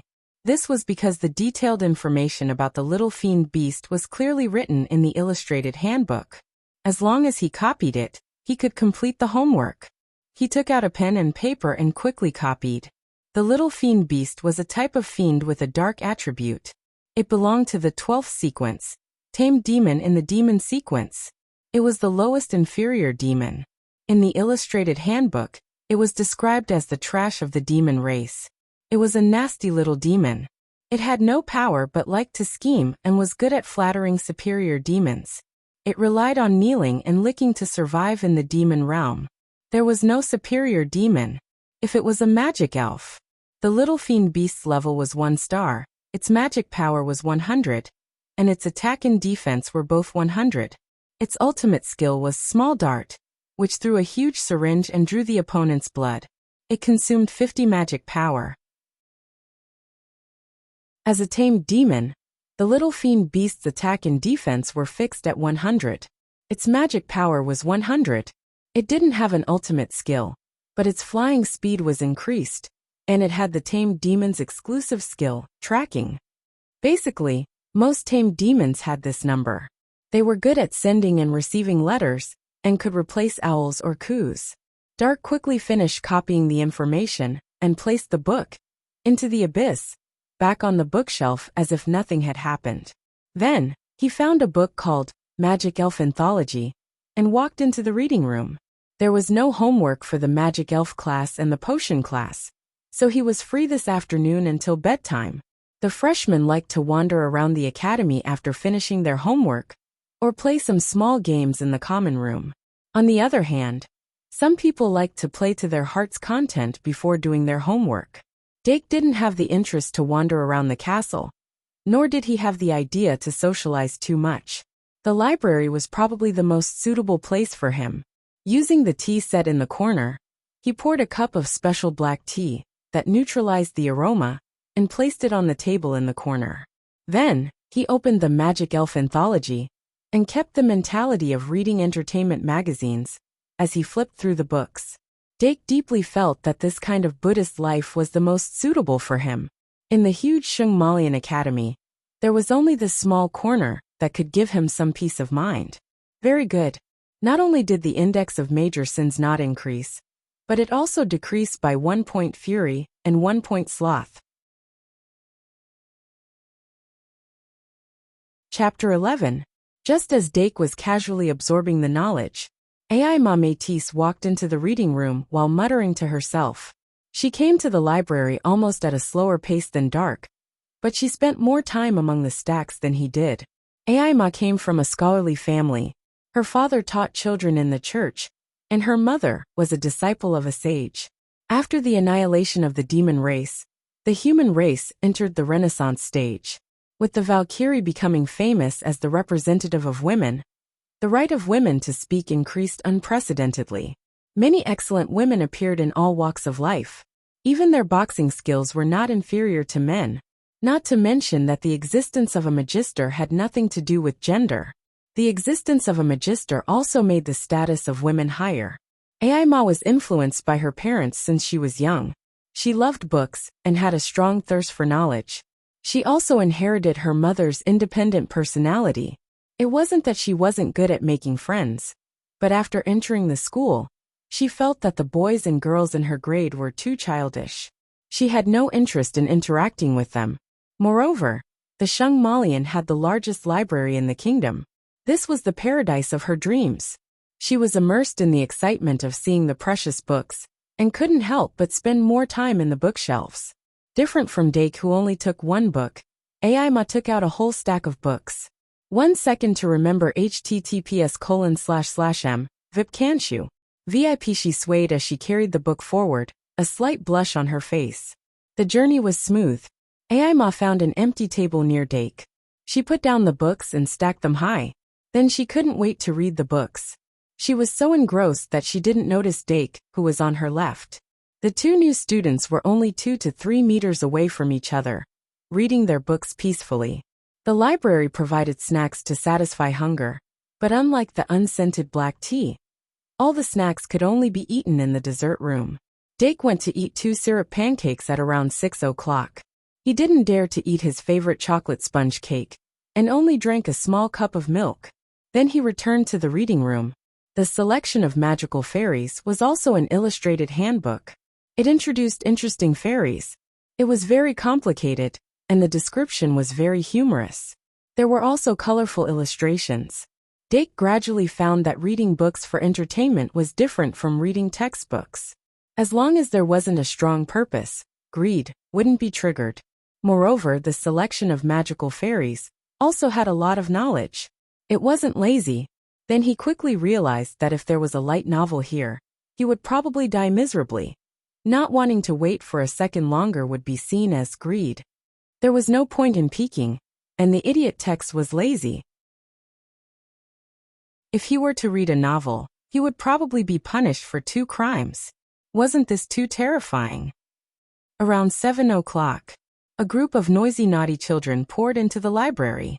White Gouda was in the middle. The new students of the Night Academy excitedly asked the hero child all kinds of questions. They didn't realize what kind of negative impact their behavior would have on the quiet library. Luo Boat was excluded, like an ugly duckling abandoned by its companions. The two summoned their familiars, and were about to go to the library to look up information. However, unlike Dake's guess, White's familiar wasn't a stag, and Luo Boat's familiar wasn't a hound. The librarian, Panduola Doragon, looked at the group of unruly children and couldn't help but frown. Then White and the others only felt a breeze, and everyone's voices disappeared. Silence card. White suddenly shut his mouth. Then he saw the girl behind the counter with a cold expression. The girl's skin was abnormally white, and her long hair cascaded down like a black waterfall. There was a heart-shaped scale-like thing under the corner of her eye. She leaned forward slightly, and her motherly body was squeezed out of shape by the triangle formed by her body and the table. Her bulging back outlined a perfect arc, and her legs under her skirt were astonishingly long. Mama! The silence card. S effect disappeared, and White's subconscious words were abnormally clear and abrupt. Everyone suddenly turned to stare at him. White's cheeks instantly flushed red, and he wanted to lower his head to the girl's chest. The girls. Come here to register. Panduola said expressionlessly. These new students gave her a bad impression. Weren't new students supposed to be cute, immature, and shy like the blonde boy from before?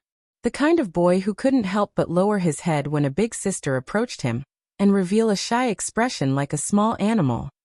Slurp. Panduola immediately pursed her lips and glared at the naughty children in front of her even more fiercely. Especially the leader of the group. What the hell was Mama? Do I look like his mother? Could it be? If he's so shy at such a young age, what will happen in the future? Panduola's first impression of White was terrible. White's face was still red even after he entered the library. The other students all walked away, and only Luo Boat was left by his side. Luo Boat couldn't help but ask, White, why did you call her Mama at that time? White took a deep breath and fished out an exquisite pendant from his collar. This was his most precious possession. Click. He opened the pendant and revealed the photo inside. This is my mama. I look at it every night, and imagine what my mama looks like. Luo Boat hurriedly moved closer. For some reason, this photo only had a silhouette, and it was taken from a distance. Although the silhouette was a bit blurry, one could still see White's mother's curvy figure and her iconic long black hair. She did look a bit like that senior sister. Luo Boat thought for a moment and suggested, how about I help you ask that senior sister's name? White hesitated for a moment and finally shook his head. Forget it. Then he began to look for information in silence. It was always hard to guess the thoughts of young men and women. For example, although White said forget it, he was still thinking about it in his heart. Or it was like AI Ma finally realized that the person reading to her left was Dake. She felt that this person was so annoying that he kept wandering around in her field of vision. But she couldn't help but feel a trace of joy in her heart. After all, apart from the freshmen of the magic school, there were few people who studied as seriously as they did. Dake was the only person she didn't think was so childish. 9 o'clock in the evening. Dake looked at the clock, closed the Magic Guide anthology, and got up to leave the table. Ai Ma was still reading seriously, and Dake pretended not to see her. He found the bookshelf according to the number he remembered, and put the Magic Guide anthology back in its original place. Then he glanced at the other bookshelf. Into the Abyss had been taken away.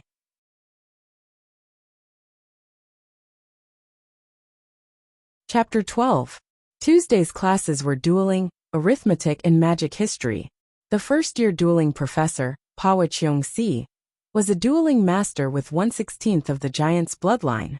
Not only that, but she was also the head of the aristocratic academy. By the way, the head of the Knight Academy was Sarah Shi Erfu, who taught summoning. The head of the Sorcery Academy was Professor Lili Laplace, who taught arithmetic. The head of the Fool's Academy was Didi Maxiwei, who taught magic history. Just like in the dating game, all four heads were female. In the Shung Malian Academy, from the name of the academy to the head of the academy to the professors, there was an overabundance of females and a lack of males. Professor Cheong-si, who had 1/16 of the giant's bloodline, was a size larger than the average human. She had short hair, strong muscles, bronze skin, and overdeveloped secondary sexual characteristics. She was full of health. Although Dake was not interested in this professor, who was over 2 meters tall, and carried her own basketball, she seemed to be quite popular in the academy. Website: https://m, Vipcanshu. VIP. It was said that Professor Cheong-si's giant bloodline came from the giant's royal family, and her father was an orthodox human noble. Although she was not a pure race, in the sense of being a noble, she couldn't be any purer. Among the Shung Malian senior students, there were many admirers of Professor Cheong-si, regardless of gender. It could be said that they worshipped the strong. Whether it was the aristocratic academy or the Knight Academy freshmen, they were all looking forward to Professor Cheong-si's dueling class. However, in this class, Professor Cheong-si only explained some very basic theoretical knowledge. This included the rules of the dueling competition, tactics, the combination of various magic cards, and the mutual restraint between racial attributes. The good news was that the dueling club's recruitment would be held this Friday afternoon. The bad news was that in order to join the club, one had to have at least a set of 20 magic cards. This bad news made the freshmen who were looking forward to the duel break down. It was only the second day of school. Who would have 20 magic cards? But then again, if one did not even have a set of cards, how could one join the dueling club? The arithmetic class that followed was even more boring and difficult than the duel class. The freshmen were suffering unspeakably. They all said that this was definitely the most difficult class in the first grade. Deanna said that she was dreaming the whole class. Although Luo Si was listening to the class attentively, he had a confused look on his face. It was obvious that he didn't understand half of it. As for Dake wasn't listening at all. This kind of elementary math class was an insult to his IQ.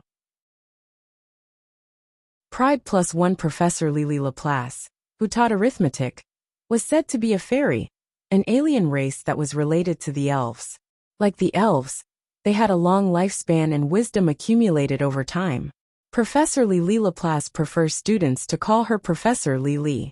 She was the same as most of the fairies. Her body's growth stopped at the age of 11 or 12. She looked even younger than the freshmen. She was about the same height as Deanna. In addition, she had a pair of dragonfly wings and liked to bare her feet. Her feet never touched the ground. The history of magic professor for the third class, Professor Didi Maxiwei, was also a fairy. However, she had a pair of butterfly wings and looked very old. There were deep wrinkles on her forehead. Professor Didi's teaching style was the same as Professor Lili's. They both followed the textbook to the letter. They might have profound knowledge and profound wisdom, but they were not suitable for teaching. The history of magic could be said to be the most boring class. Fortunately, Professor Didi was very kind and amiable. Even if a student accidentally fell asleep in class, he would only knock on their head and deduct 5 or 10 marks, nothing more. Professor Didi was also in charge of the astronomy class on Wednesday night. However, the astronomy class was an interest class. It would only be held when Professor Didi gave notice. In other words, there would be no astronomy class for the first month of school. Similarly, there was also the Warcraft class on Friday. It was said that the Warcraft class on Friday would only start next semester. And it was very likely that it would be delayed. First-year students were not allowed to enter the underground city outside the castle, so it was very difficult for them to learn Warcraft. In this way, there were only 6 classes left in the week: Summoning, Introduction to Magic, Potionology, Dueling, Arithmetic, and History of Magic. It could be said that it was very easy. Library. Dake finished registering before Panduola arrived and snatched yesterday's seat in the reading room. Then, he took out the problem book for the arithmetic class and began to do the questions. These questions were too easy. Relying on the multiplication table, Dark swept through everything in his path. When Ai Ma sat down behind him, he was already halfway done. At 5 o'clock in the afternoon, the entire exercise book was completed. This meant that the arithmetic homework for this semester was basically done. Dake closed the problem book and placed it on the top left corner of the table with satisfaction. Because he was calm enough when doing the questions, the greed indicator did not trigger. But just as he was feeling happy because of this, the pride +1 appeared in his eyes. Does this mean that I can become arrogant and complacent while doing elementary math? Dake was shocked. Ai Ma was also shocked. Ai Ma could not imagine how Dake could finish the problem book in such a short time. We are all first-year students, how can you be so awesome? Shocked, Ai Ma redoubled her efforts to teach herself arithmetic. After finishing his homework, Dake looked at the pride indicator that did not go down for some reason. Although he did not reveal the anxiety in his heart, he could not stop it. Am I really that arrogant? Dake began to ask himself. He had been asking questions for a whole month. Dake did not even know how he managed to survive this month. But there was a saying that life was like being targeted by a crazy woman. Since he could not resist, he had to learn to enjoy it. Dake became the star that attracted the most attention among the first-year students.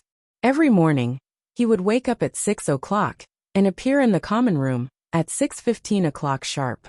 His familiar would go around the outside of the castle and fly in through the ventilation of the cafeteria kitchen.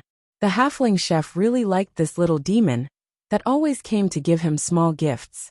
Although those gifts were pebbles picked up by the river, flowers picked by the roadside, lucky grass under the setting sun, beautiful colorful feathers. But these were the best gifts that a little familiar could find.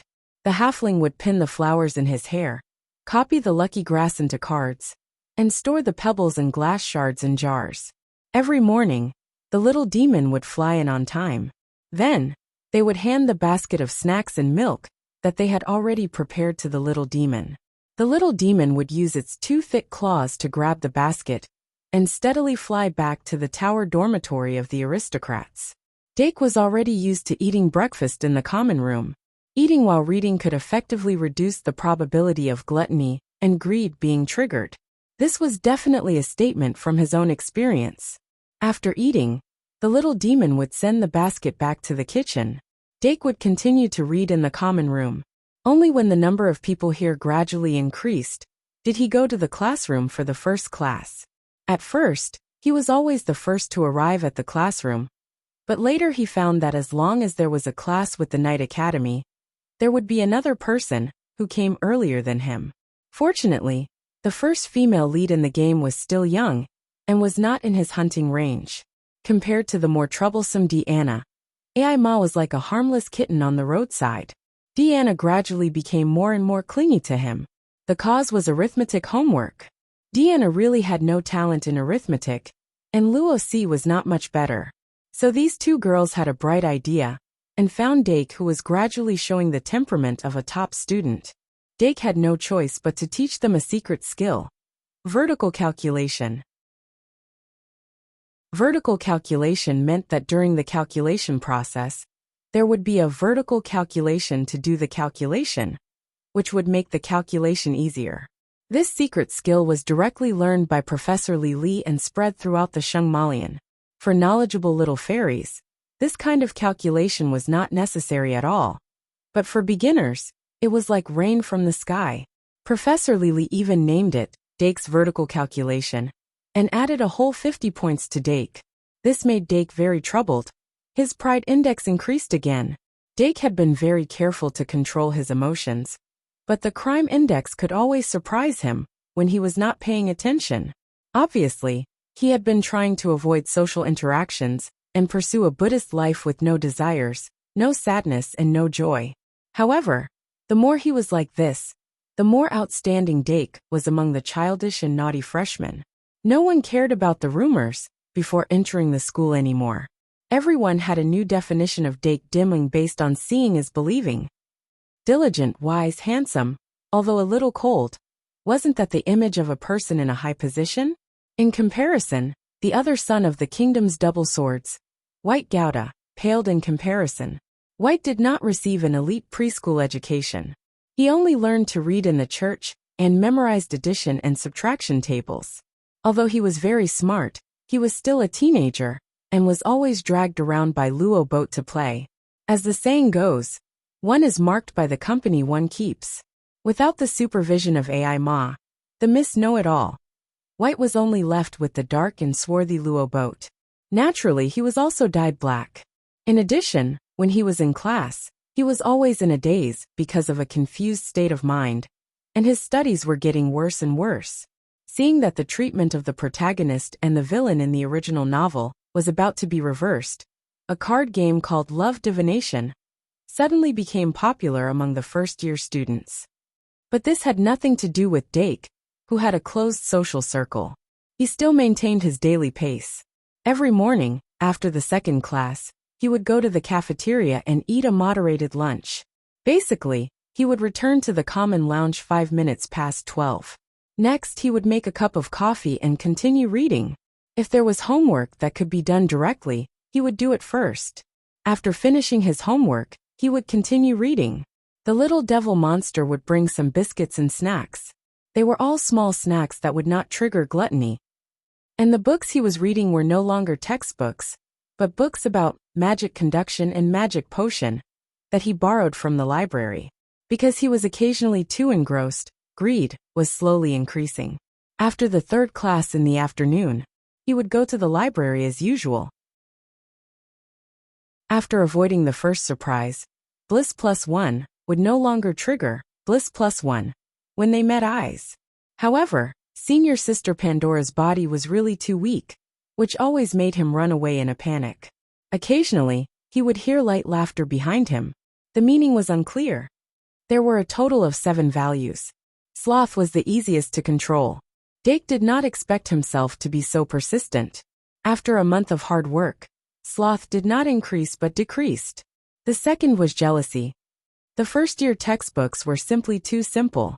With his demon god bloodline awakening and his magic power increasing day by day, not only did he lead the class in arithmetic, he was also one of the best in summoning, magic manipulation, and potions classes. Only White, who had inherited the hero's bloodline, could compare with him in terms of talent. But White was not serious. Therefore, Dake could not find anyone to be jealous of. Apart from occasionally getting emotional when he saw the freshmen having fun or talking about youthful topics, jealousy did not increase, but it did not decrease either. But as time passed, the number of times his emotions got the better of him. The other emotion that had accumulated in his heart was fury. Yes, he was always able to suppress fury in time, but the anger toward the demon god's bloodline and the demon god's support system had always been rooted in his heart, and it was getting deeper and deeper. If one day it suddenly exploded, Dake was very worried about this. Greed was still within his control, but there was also a hidden danger of it suddenly exploding. In comparison, Bliss was not that big of a hidden danger, but because Deanna was getting more and more clingy, from being clingy when school started, to being clingy with her best friend now, Dake Dimung, he suffered the consequences of his own actions. Every time Deanna came over to ask him about homework, he could not help but want to pinch her pink and tender cheeks. As a result, Bliss improved a lot. The key was that this thing only increased and did not decrease. Dake once wondered if he could use Sage Mode to get rid of it, but he did not dare to try because he was afraid that it would explode. Unexpectedly, pride was the hardest to control. Dake originally thought that it was the easiest sin to control. After all, he had the memories of his previous life. Even if he was temporarily affected by his personality in this life, he would be able to wear off that arrogance bit by bit. However, he never expected that the memories of his previous life were the real cancer. Looking at the indicator of pride, which had successfully broken through 100 points at the end of the month, turning from a ripe red color to a dark purple color, he felt very uncomfortable. On Friday afternoon of the 4th week of school, the freshmen were allowed to leave the castle for the first time and enter the only trading and leisure area of Shungmalian, Traveler's Street. Dake silently counted the credits he had that were much more than the average freshman. He knew that he did not have much time left. Chapter 13. The classes on Friday were very relaxing. There was only one dual class in the morning. From noon onwards, the passage to Traveler's Street would open until midnight on Sunday. The passage would only close again. During this period, every student in the college could freely enter and exit Traveler's Street. Not only the freshmen who had just received permission, but the seniors who had been cooped up in the castle for a whole week also flocked out. Although the Shungmalian provided all kinds of daily necessities for free, other than that, they had to buy everything on Traveler's Street. The students could use their credits to spend as much as they wanted, whether it was all kinds of weird candies and toys, beautiful clothes and jewelry, or even cute dolls. Of course, most of them were all kinds of magic potions and other materials needed to make magic cards. The professors of the academy would give the senior students homework that would take a week or even a month to complete. The materials needed for the homework would have to be bought at the hotel. Other than that, there were also students who would make their own magic potions, props, and half-finished magic cards and sell them at Traveler's Street. Remember the website, MVIP, can't you? VIP. The seniors who were allowed to enter the underground city could hunt magical beasts and obtain materials to sell to the merchants on Traveler's Street. The merchants would also pay with credits. In Traveler's Street, the actual value of one credit was 16 holy coins. The exchange rate would be adjusted according to the market. The freshmen in their first month of school did not know that they could earn 160 holy coins worth of virtual tokens in each class, as long as they listened attentively. According to the calculation of 12 classes a week, this was the standard monthly income of 7,680 holy coins. Today, Traveler's Street would give some students who did not pay attention in class a heavy blow. Dake, do you want to go together? No, I have something to do today. Then I'll leave with Rose first. I heard that there's a strange candy shop on Traveler's Street. I've been wanting to take a look. Deanna held Luoxi's arm and rushed out in a hurry. Dake shook his head. He had a strong purpose today. Before heading to Traveler's Street, he took out a notebook from his bag and carefully looked at the various items in it. Vampire fangs. The fangs of a vampire can pierce into a person's blood vessels and calm them down. The side effect is the bliss of having one's blood sucked. Courtesy of modesty, the hat of the nobles of the demon realm. No matter how rude a person is, after wearing it, they will become humble and polite. However, after taking it off, they will become furious.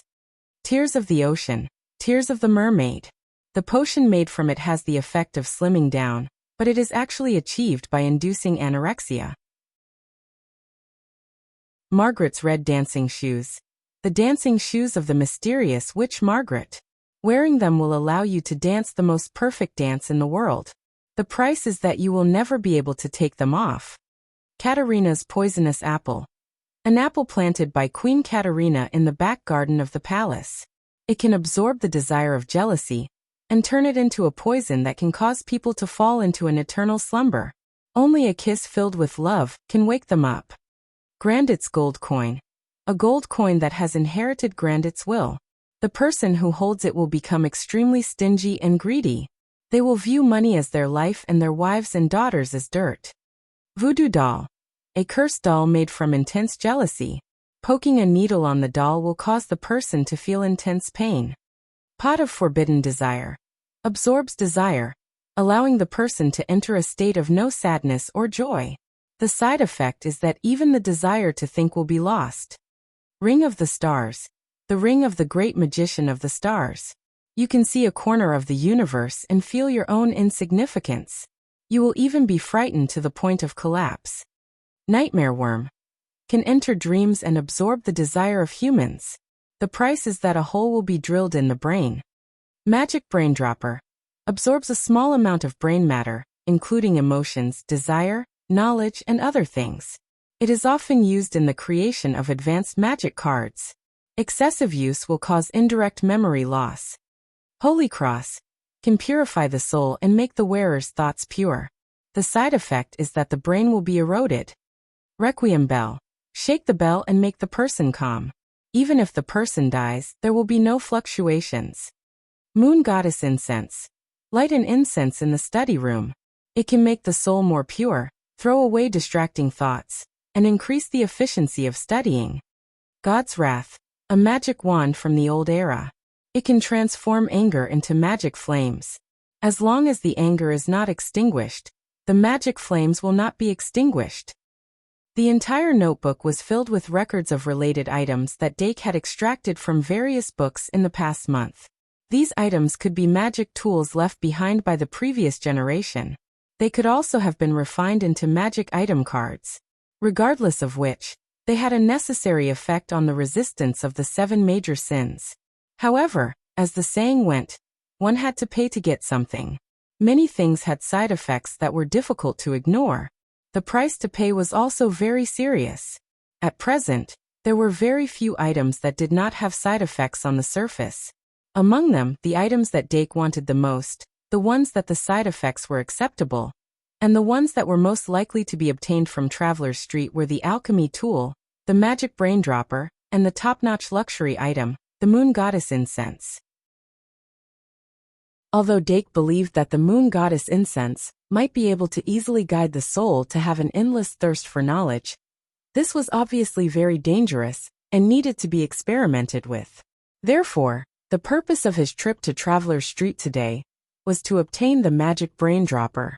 The magic brain dropper was an alchemy tool that could extract substances from the brain.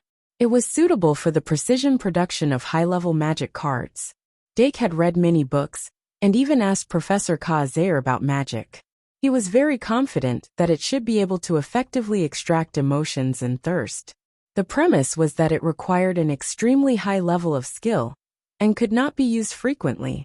If he really could not buy it from Traveler's Street, he would have to think of a way to get it from Professor Kazair's experiment. Although it could not be used frequently, if he paid attention to it, it should be able to be used in an emergency. The pressing problem at the moment was to absorb some of pride. After the freshmen who were entrenched at the entrance of the castle finally disappeared, Dake took a step forward and calmly and elegantly walked towards the castle gate. The aristocratic education that was engraved in his bones allowed him to remain elegant even when his heart was anxious.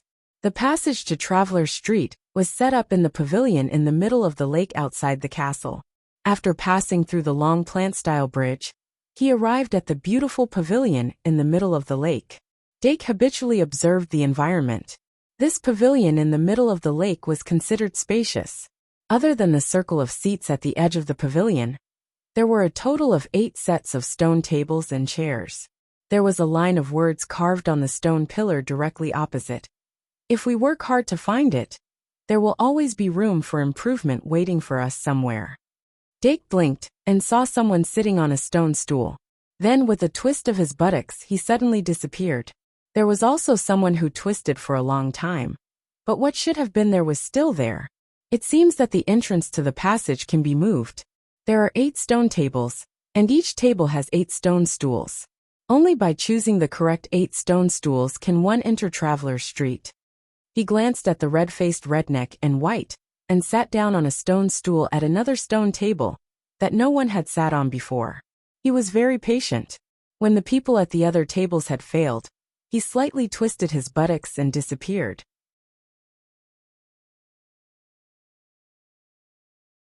Chapter 14. It was the same lake, the same pavilion in the middle of the lake.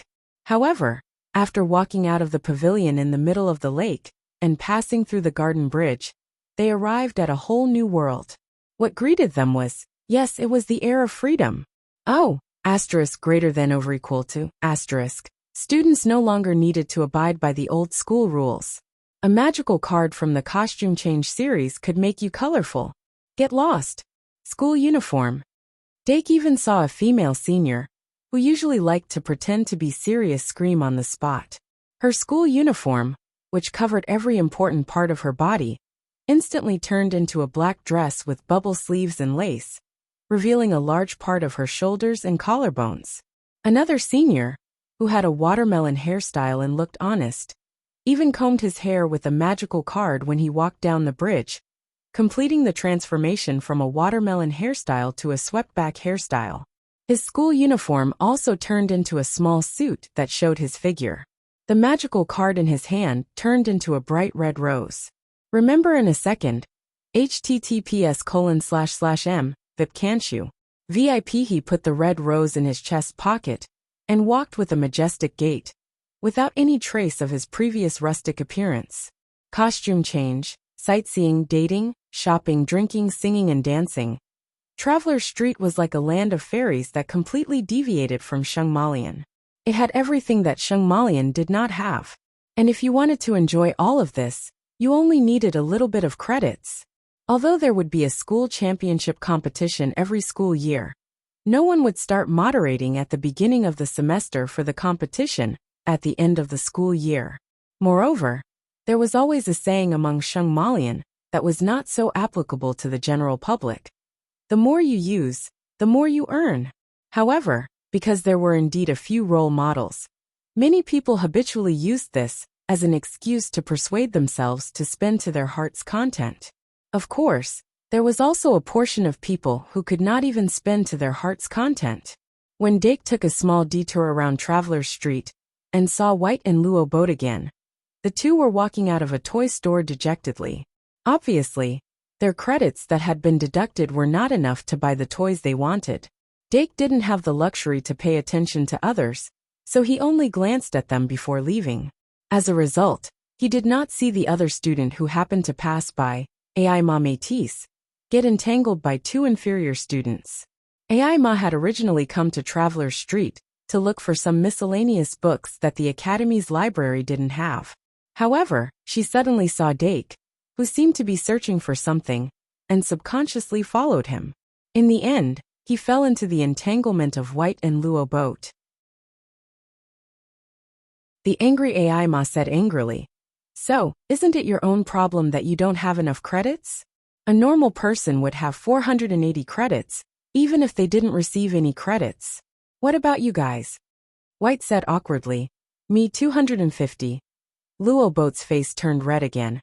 "Aima, we just want to borrow 5 credits from you. It's easy for you, isn't it? When class starts on Monday, we'll pay you back." White glanced at the new magic chess placed in the store and couldn't help but say, "Just 5 credits." Aima looked at this student who was known as the Brave Ones, and suddenly felt a little sad. Then a thought emerged in her mind. She couldn't help but frown and suddenly said seriously, "I can lend you the credits, but you have to pay me back double. And for every day that it's delayed, you have to pay me double the credits. The second day is double the first day, the third day is double the second day, and so on. I only accept one payment. If you agree, I'll lend you the credits, and I'll use my school card as proof." Luo Boat immediately agreed without hesitation. "I'll pay you back 10 credits tomorrow, 20 credits the day after tomorrow, and 40 credits on Monday. That's 2 classes per person, no problem." Although White felt that something was wrong, his eagerness to buy the magic chess made him subconsciously ignore this strangeness. With the school card as proof, the two signed the contract and immediately rushed into the toy store to buy the latest magic chess that could sing and dance rap. Meanwhile, after shopping for a long time, Dake finally found a store that specialized in magic instruments, Morgan's store. Traveler's Street was full of all kinds of grocery stores, and many cheap things could be bought in any grocery store. But the magic brain pipette was an alchemy tool with high professional requirements, and the price was also very expensive, so it could only be bought in specialized stores. Dake looked for a long time before he found Morgan's store in the gap between 2 accessory stores. He pushed open the wooden door that had been in disrepair for a long time, and suddenly smelled a rotten damp smell. "Little thing, don't mess around. You can't afford to pay for it if you break it." One-eyed Morgan behind the counter only needed to take a look to know that Dake was a freshman. And how many credits could a freshman earn in a month? Morgan couldn't be more clear about this. He unceremoniously asked him to leave. "The cheapest thing in our store costs over 1,000 credits, which is not something a freshman like you can afford." Dake glanced at the test tube set on the shelf and suddenly asked, "Just this set of test tubes costs 1,000 credits?" This, One-eyed Morgan was really stumped. After a long time, he said angrily, "Why isn't this set of thermostatic magic test tubes worth 1,000 credits?" Dake, "Then what about this beaker, this flask, and this evaporator?" One-eyed Morgan suddenly slapped the table and stood up. "None of your business." Dake shook his head. It seemed that the boss had a bad temper and was a little childish, or maybe it just happened to be one of those days of the month. He didn't argue with One-eyed Morgan anymore and looked at the shelf. There were test tubes and beakers, so there was no reason why there weren't any pipettes, right? Flame crucible, demon spirit alcohol lamp, magic separator, transformative glass rod, magic pipette. This magic pipette should be a low-grade product of the magic brain pipette, which could only absorb a little magic. A pipette was a short tube with a constriction at one end and a rubber ball at the other end. It was used to measure liquid by the number of drops. But in the process of making magic cards, it was usually used to absorb magic, knowledge, thoughts, and even souls. Legend had it that there would be a magus who would inject his soul into a magic card to create a magic fairy with a standard intelligence level of 3.0. The magic brain pipette that Dake wanted was a grade lower than the soul pipette. It wasn't the kind of rare product that couldn't be bought. But there really wasn't one on the shelf. He had to walk to the counter and wake up One-eyed Morgan, who was awkwardly pretending to be asleep. "Hello, boss. Do you have a magic brain pipette?" One-eyed Morgan didn't even raise his head. "What would a freshman like you do with that thing?" Dake still maintained the necessary courtesy. "Experiment." One-eyed Morgan raised his head with a strange look, but he still said, "Wait, I'll go inside and take a look." A moment later, he really took out a magic brain pipette, but it wasn't in good condition.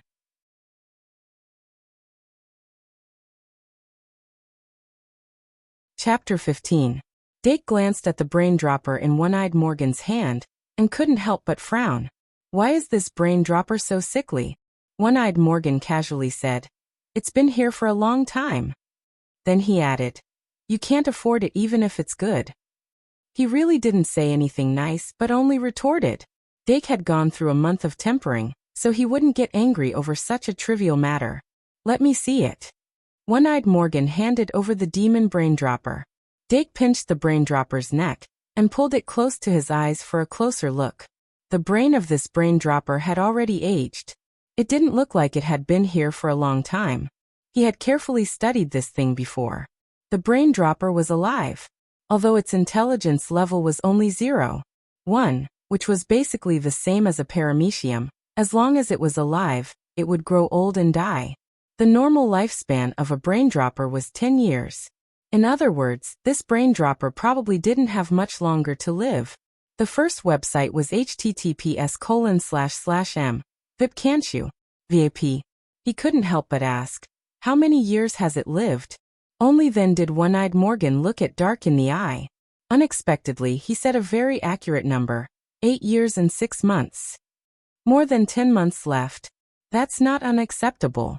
Dake thought carefully for a moment, then raised his head and said, "Name a price." One-eyed Morgan grinned. "Chung Hui 1,000 credits. In fact, an alchemy tool like the brain dropper, even if it only had a year left to live, was not something that could be bought with a mere 1,000 credits. The reason One-eyed Morgan gave such a price was simply to prove that Dake couldn't afford 1,000 credits. In other words, it was to disgust him. But Dake didn't know about this. He thought it was a normal price, and even counteroffered a few times. Seeing that One-eyed Morgan was determined to keep the price, Dake had no choice but to say, 1,000 it is. Wrap it up. Only then did One-eyed Morgan say suspiciously, "Pay first." Dake took out his school card and looked at him. One-eyed Morgan hesitated for a moment before taking out the merchant cards that Shung Malian specially prepared for merchants. Dake placed the branch card on top of the merchant card. With a thought, he transferred 1,000 credits from the branch card to One-eyed Morgan's merchant card. One-eyed Morgan picked up the merchant card and looked at it carefully. His gaze became even weirder. No matter how hard he tried, he couldn't figure out how a new student who had only started school for less than a month could get 1,000 credits. However, the water that was poured out and the words that were spoken were true. He had never thought of going back on his word. Then he took out an empty bottle from the cabinet and filled it with water. Then he put the magic brain dropper into the water, screwed the cap on, and handed it to Dake. "Take it." Dake blinked, took the bottle, and turned to leave. But just as he reached the door, One-eyed Morgan's voice came from behind him. "Wait, what's your name?" "Dake Dimong." 1,000 credits wasn't a small burden for Dake. From the moment he planned to go to Traveler's Street to buy the items he needed, Dake had started to accumulate credits with a purpose. It was too easy for him to get credits in the first grade. Even a new student from the magical engineering department wouldn't be able to steal a single credit from him. His only competitor was AI Ma Métis. Every time the professor asked a question, AI Ma would always rush to answer. Dake was fed up with this, so he changed his method and helped the professor mark homework to get extra credits. Especially in arithmetic class, Professor Lili couldn't wait to give him the podium. So he got a total of 1,200 credits in the first month. Even AI Ma, who was also rich in credits, couldn't be compared to him. After spending 1,000 credits, Dake, who still had 200 credits left, went to the grocery store and bought a set of basic experiment tools. And his trip to Traveler's Street came to an end. 3 o'clock in the afternoon. While most of the new students were still lingering in Traveler's Street, Dake had already returned to his dorm. He had to learn how to use the magic brain dropper correctly before the end of the weekend. Before this, he had already borrowed the relevant books from the library and read them for a while. This book was hidden on the 23rd shelf. Guide to Using the Magic Brain Dropper. It described in detail how to use the magic brain dropper. Not only did it include the method to extract a specific memory, but it also included how to adjust one's emotions so that the emotions could be more easily absorbed. Using the magic brain dropper was a very dangerous thing to do. It required extremely high magic manipulation skills and a certain amount of knowledge. If one wasn't careful, it was very likely that part of one's memory would be permanently extracted, directly causing amnesia. In history, there was even a very unlucky magus who accidentally absorbed the word sorrow from happiness, anger, sorrow, and joy. From then on, he couldn't feel sorrow anymore. And the safest and simplest way to use it was called the dragonfly skimming the surface of the water. In short, it was to press the tip of the magic brain dropper against the temple, and then gently squeeze the magic brain that replaced the rubber cap. The emotions, desires, and other things that naturally overflowed would be absorbed into the magic brain. As long as one didn't make too much contact with the brain's thoughts, the danger would be minimized. Dake was preparing to use this method. This was probably the only method he could use at the moment. After placing the other prepared instruments on the low cabinet beside his bed, Dake lay down and first calmed his mind according to the method taught in the book. Only after his breathing had calmed down could he focus his energy and stimulate a specific emotion or desire through the activity in his mind. But he omitted this step. Instead, he directly picked up the magic brain dropper and pressed the tip against his temple. He squeezed the magic brain with 2 fingers and then released it. An extremely thin black line was sucked out of the brain just like that. As expected, I don't need to focus my energy to stimulate emotions at all. My pride has already leaked out. Dake thought silently. He didn't know whether to be happy or not. In any case, he definitely couldn't be angry. System, expand the indicators. Yes. A moment later, 7 indicators appeared in Dake's vision. Pride, 112, jealousy 44, fury, 96, sloth 60, greed, 82, gluttony, 58, bliss, 90. Pride was a school of its own. As the black lines were sucked out one by one, pride, finally went from 112 to 111. Eek! The magic brain dropper suddenly screamed. Dake quickly stopped pressing. He had read in the book that the magic brain dropper screams meant that its magic brain's capacity had reached its limit. In other words, there's just enough space to store a little of pride. He carefully sat up and went to the low cabinet after getting off the bed. He moved a semi-finished blank magic card from the low cabinet to the middle. This sort of semi-finished blank magic card required extremely high craftsmanship. Moreover, it was very time-consuming to make it, just like sculpting. Therefore, most of the sorcerers would choose to buy it directly from the shop. The blank magic card in Traveler's Street was priced at 10 credits.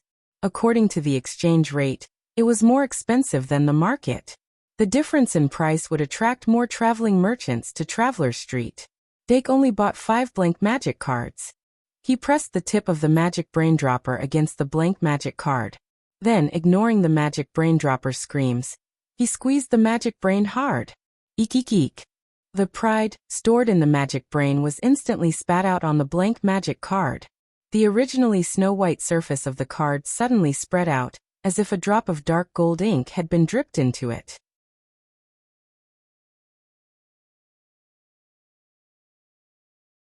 Chapter 16.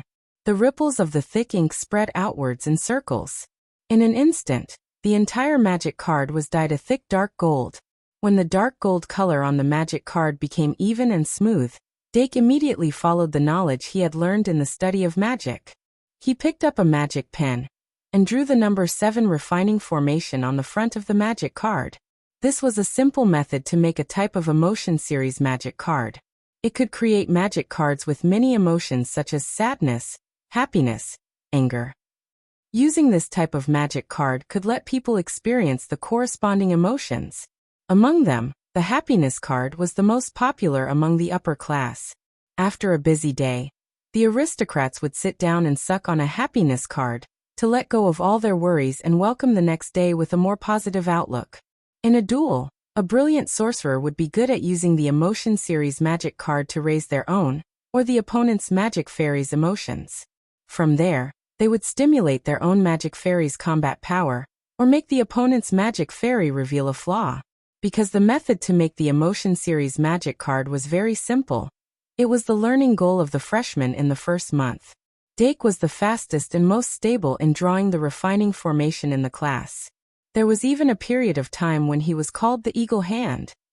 The magic pen was a type of pen with a hollow inside, imitating the structure of blood vessels. Remember the website, MVIP, can't you? VIP. The mercury flowing in the blood vessels of the magic pen would guide the magic to the tip of the pen, making it easier for the sorcerer to gather and refine the magic to draw finer lines. Although a mature sorcerer could do the same thing without using a magic pen, using a magic pen could reduce the dispersion of the concentration and increase efficiency. Of course, a beginner like Dake would not be able to do without a magic pen in a short period of time.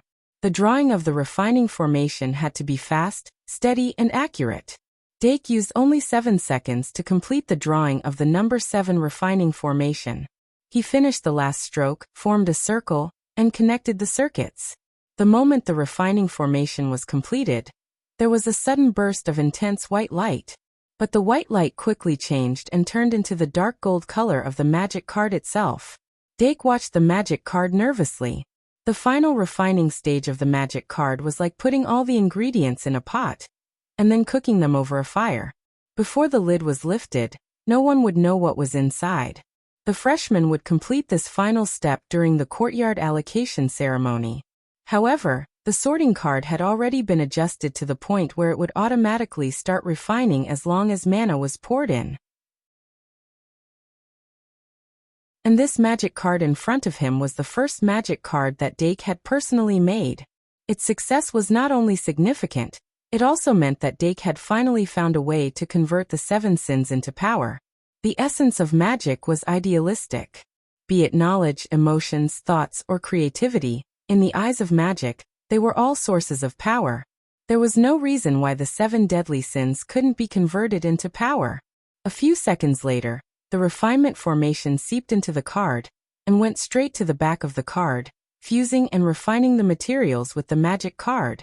When the clear number 7 refining circle appeared on the back of the magic card, the refining of the magic card was considered complete. Next was the acceptance phase. Even if it were made according to the established procedures, there would still be different effects due to various factors. Not to mention that the magic card in front of him was made by Dake. He needed to conduct a small experiment, and the subject of the experiment naturally couldn't be himself. Dake's gaze turned and immediately looked at the little devil beast that was standing on the bird stand on the ceiling, imitating an owl. Then he showed a kind smile. Although the familiar could only be considered as a simulated life form, it was still a species with an intelligence level of 2.5, emotions and self-consciousness. Since that was the case, it would be affected by the emotional series of magic cards. Dark waved his hand at the little fiendish beast. The little devil beast tilted its head, spread its wings and flew down. Dark took Pride's magic card and placed it on the other side of the desk. Then he pulled out a bird chain from the desk, opened the buckle, and fastened it onto the little fiend's left ankle. The room's windows were closed, and the curtains were drawn tightly, forming a perfect secret room.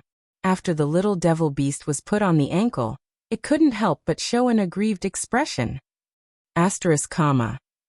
Dake observed for a while, and recorded the time in his notebook. 3:29 in the afternoon. Wait for another minute. It was exactly 3:30. My turn, magic summoning. Dake used his index and middle fingers to hold Pride's magic card and activated summoning. In an instant, the magic card was activated. A layer of black light appeared on the surface of the card, and a dark golden ball of light with a long tail suddenly flew out from the magic card, wobbling as it drilled into the little devil beast's head. At that moment, Dake and the little devil beast narrowed their eyes at the same time. Time seemed to have stopped, and the room was so quiet that even a pin drop could be heard. The little devil beast was the first to open its eyes, and a dark golden light bloomed from the gap of its eyes. The corner of its mouth rose, its eyes were sharp, and its chin was slightly raised, opening its mouth. I, the little devil beast, want to stand above the sky. Asterisk, asterisk, asterisk, asterisk, asterisk, asterisk, asterisk, asterisk. Dake was startled at first, then he was ecstatic. Whether or not the little devil beast became arrogant under the influence of Pride's magic card, it was no longer important. The most important thing now was that it could speak human language. Everyone knew that digital beasts could speak human language. However, the mechanism of the birth of demonic spirits was different from that of digital beasts. At least this little devil beast could not speak at first, and its intelligence level was slightly lower than that of ordinary wild beasts. Now it had absorbed Pride's energy, and its speech was smooth. Does this mean that its life form has changed, and it is closer to a digital beast? Professor Earbook said that the birth of a demonic spirit is inseparable from the magic power, knowledge, personality and other factors of the magus. Perhaps, the demonic spirit that I summoned is not the same type of life form as the little devil beast that exists in this world. The greatest magus in history, Merlin, once said that the difference in cognition determines the difference in magic. Also, Dake looked at the Pride's magic card in his hand. Fine cracks had already appeared on the card body. The Emotion Series magic card could be used repeatedly. It seemed that this magic card had already transcended the category of emotion, and was a one-time use. Dake thought of a word: demonization. The so-called magical beasts in this world were all wild beasts that had lost their minds after being demonized. The little devil beast's current state should be closer to the arrogance of demonization. He thought about it and recorded this magic card as Pride. Then he wrote down the corresponding effect in his notebook. Next, he was prepared to observe this little devil beast that had been arrogated, to see how long it would take for it to return to its original state. Servant, release my shackles. Recommend me.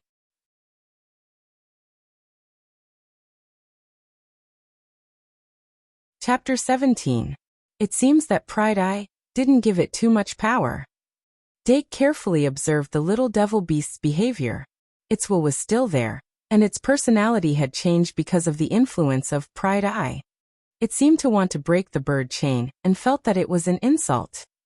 But its strength wasn't enough to support it to break free from the bird chain. Speaking of strength, Dake immediately thought of the little devil beast's surekill skill, Small Dart. As a familiar, it originally didn't have the ability to release surekill skills. But now that it had changed so much, it might be able to. So Dake wrote a few words in his notebook and looked up. Little devil beast, use Small Dart on the wall.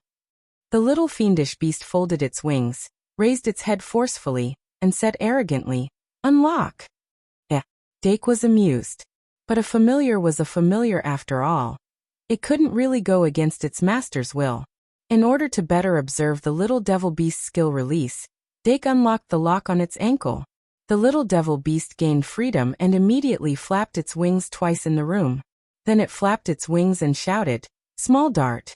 In the blink of an eye, 3 shark-headed syringes appeared under its wings and shot towards the wall. Puff puff puff. The 3 syringes pierced the wall at the same time, forming a perfect triangle.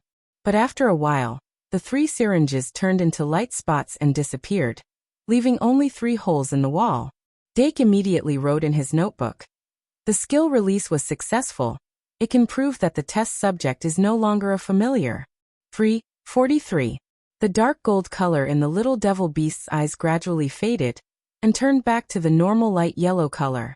Then, it suddenly blinked, extended its wings, tilted its head, and fell back on the table with a plop. It even straightened its claws, looking very much like a dead sparrow. The effect of pride lasts for about 13 minutes. It's 3 to 5 times stronger than the effect of a normal emotion card.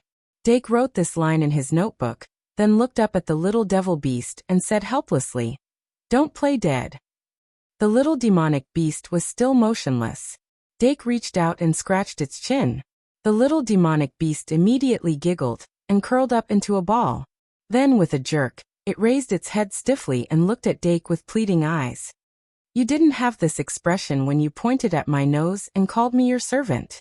Dake deliberately said with a straight face. The little demonic beast rolled its eyes and immediately realized that its master was not angry. It quickly flattered. Master. Dake shuddered. But he quickly wrote in his notebook, the change in life form has not been reversed. Even though he couldn't figure out the secret behind it, the little monster had indeed turned from a tamed demon into a life form that was very close to a digitalized beast after being baptized by pride. Dake believed that this change was irreversible. It was like a magus awakening his innate talent, gaining magic power, and becoming extraordinary from then on. And after the little demonic beast awakened, it became even noisier. Although the little demonic beast that couldn't speak would occasionally be mischievous, its good habit of being an ultimate bootlicker made it very popular. But what if it could speak? What if it was eccentric and disgusting all day long? This was a point that needed to be paid attention to. Dake didn't want to miss out on Shangmalian takeout again. Perhaps it would be a good idea to give it a flail? Under its master's strange gaze, the little demonic beast quickly stood up and obediently folded its wings behind its back, like a primary school student being admonished. Dake shook his head and decided to continue his research. Right, don't talk in front of outsiders. Now, using the magic brain dropper, the indicator of pride was lowered from 112 to 111. But it was far from enough. But using the magic brain dropper was very dangerous and had to be done carefully. Dake didn't immediately use it a second time. The guide to using the magic brain dropper clearly recorded, if you don't want to suddenly become an idiot, remember not to extract the thought matter more than once a month. It referred to things like memories, emotions, knowledge, and thoughts as thought matter, and recommended moderation. But Dake had read the entire book and knew that magus who studied this field would usually extract it 2 to 3 times a month. Because experiments were always accompanied by failure, there was a need to take responsibility if one wanted to make a breakthrough. And as the number of extraction of thought matter increased in a month, the risk also showed a trend of increasing. After 3 times, the risk was close to 60%, which was more than half. Therefore, there was also the saying, don't do it more than 3 times. Of course, the magus in the book dared to extract it 2 to 3 times a month because their skills were excellent. Even so, extracting it like this for several months could easily cause intermittent amnesia. Dake was self-aware and knew that it was extremely dangerous for him to extract the thought matter normally now. That was why he chose the dragonfly skimming the water method. The dragonfly skimming the water method could only extract the thought matter that overflowed the brain, so the risk was very low. But even so, he couldn't use it without restraint.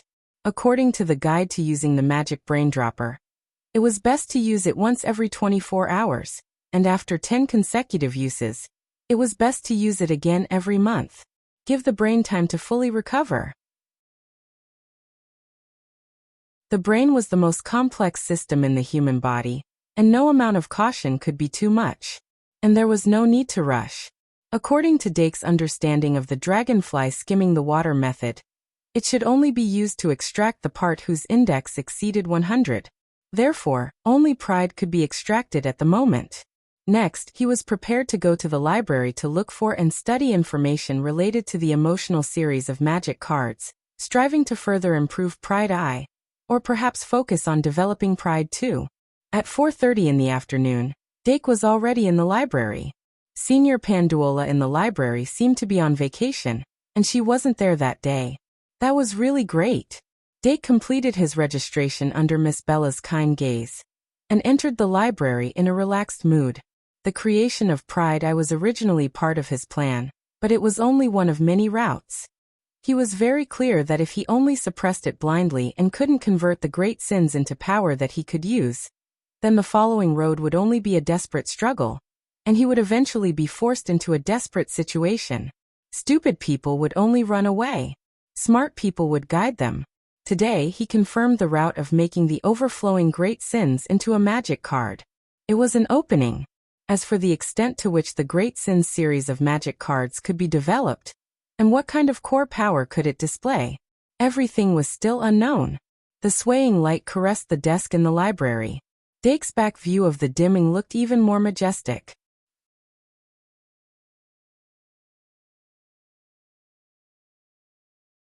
Chapter 18. In the common room of the Night Academy, White and Luoboat were playing magic chess in this room that was much quieter than usual. Magic chess was an adaptation of capsule monster chess. There were 21 pieces on each side, and each piece had a corresponding attack, defense, HP, and skills, as well as the number of moves it could make per turn. By placing pieces in one's own area and moving one piece per turn, the player could advance, attack, and kill the opponent's pieces. Finally, they could occupy the fortress and achieve victory. White and Luoboat owed 5 credits to buy this brand new set of magic chess. Each piece was a miniature golem with an intelligence level of 0. 5. They could move according to specific commands, and they could sing, dance, and rap. At this moment, Werther was ordering one of the mermaid chess pieces to sing. He was mesmerized by the song. Robert, on the other hand, was ordering a Medusa chess piece to dance. He wasn't having a good time. Not far away, Aima Métis looked at them coldly and sneered in her heart. The 2 inferior students of the Shung Malian Academy had no idea that their good days were coming to an end. Shung Malian Open Air Arena. Website. https://mvipcanshu. VIP. A slender white dragon that was so beautiful that it seemed to be able to break through reproductive barriers was hovering in the air. Its snow-white scales shone with a fine silver light under the sunlight, and its jade-like antlers were gathering strong light. Panduola Doragon was on the platform. Her lazy posture was so beautiful that it was as if she was one with the white dragon. She leaned forward, her elbows on the platform in front of her. Her jade-like palms supported her delicate chin. She was bored to death as she looked at the flustered student opposite her. It was too simple. Life lost its interest because it was too smooth. Only by looking at cute, tender, and shy little boys could one find the value of life. Pandora lowered her head and fiddled with her slightly narrower, longer, and sharper fingernails that were different from those of normal humans. She couldn't help but reveal a silly smile. When she raised her head again, the student opposite her had completely collapsed. In the audience, fans from all walks of life were chanting her name, and the huge banner that was pulled open was filled with shameful words. When Panduola walked down the stage, he waved his hand in the direction of the loudest cheers. Instantly, The atmosphere there became even more lively. She smiled charmingly. This was the 4th-year student of the Magic Academy, the Silver Dragon Lady, and the super-popular duelist with countless fans, Panduola Doragon. Traveler Street. Rose, who had been dragged by Diana to shop at a snack stall for the entire afternoon, leaned against a chair in the ice cream shop, exhausted. She lowered her head and touched her slightly bulging belly. She couldn't help but reveal a bitter smile that was difficult to conceal. Luo Si-chan, you have to learn how to refuse. However, it was really sweet. Youth was so beautiful. Everyone was moving forward according to their own pace. A card game called Love Divination was quietly becoming popular. Deanna was playing with a cherry blossom card that came as a gift from the candy shop. Suddenly, she shook it hard, and the cherry blossoms on the card flew up. They really flew out of the card. The pink and white cherry blossoms danced in the air, and a burst of floral fragrance wafted through the air. When the cherry blossoms scattered and melted, the person that one cared about the most would appear on the card. Deanna, did the divination come out? Luo Si struggled to straighten her body and wanted to take a look. Deanna pushed aside the petals on the card and saw the person that appeared on the Love Divination card. A cute blush appeared on her white and tender face. She hurriedly raised her hand, that was still a little chubby, to cover the cards. Then she looked at Luo Si unhappily.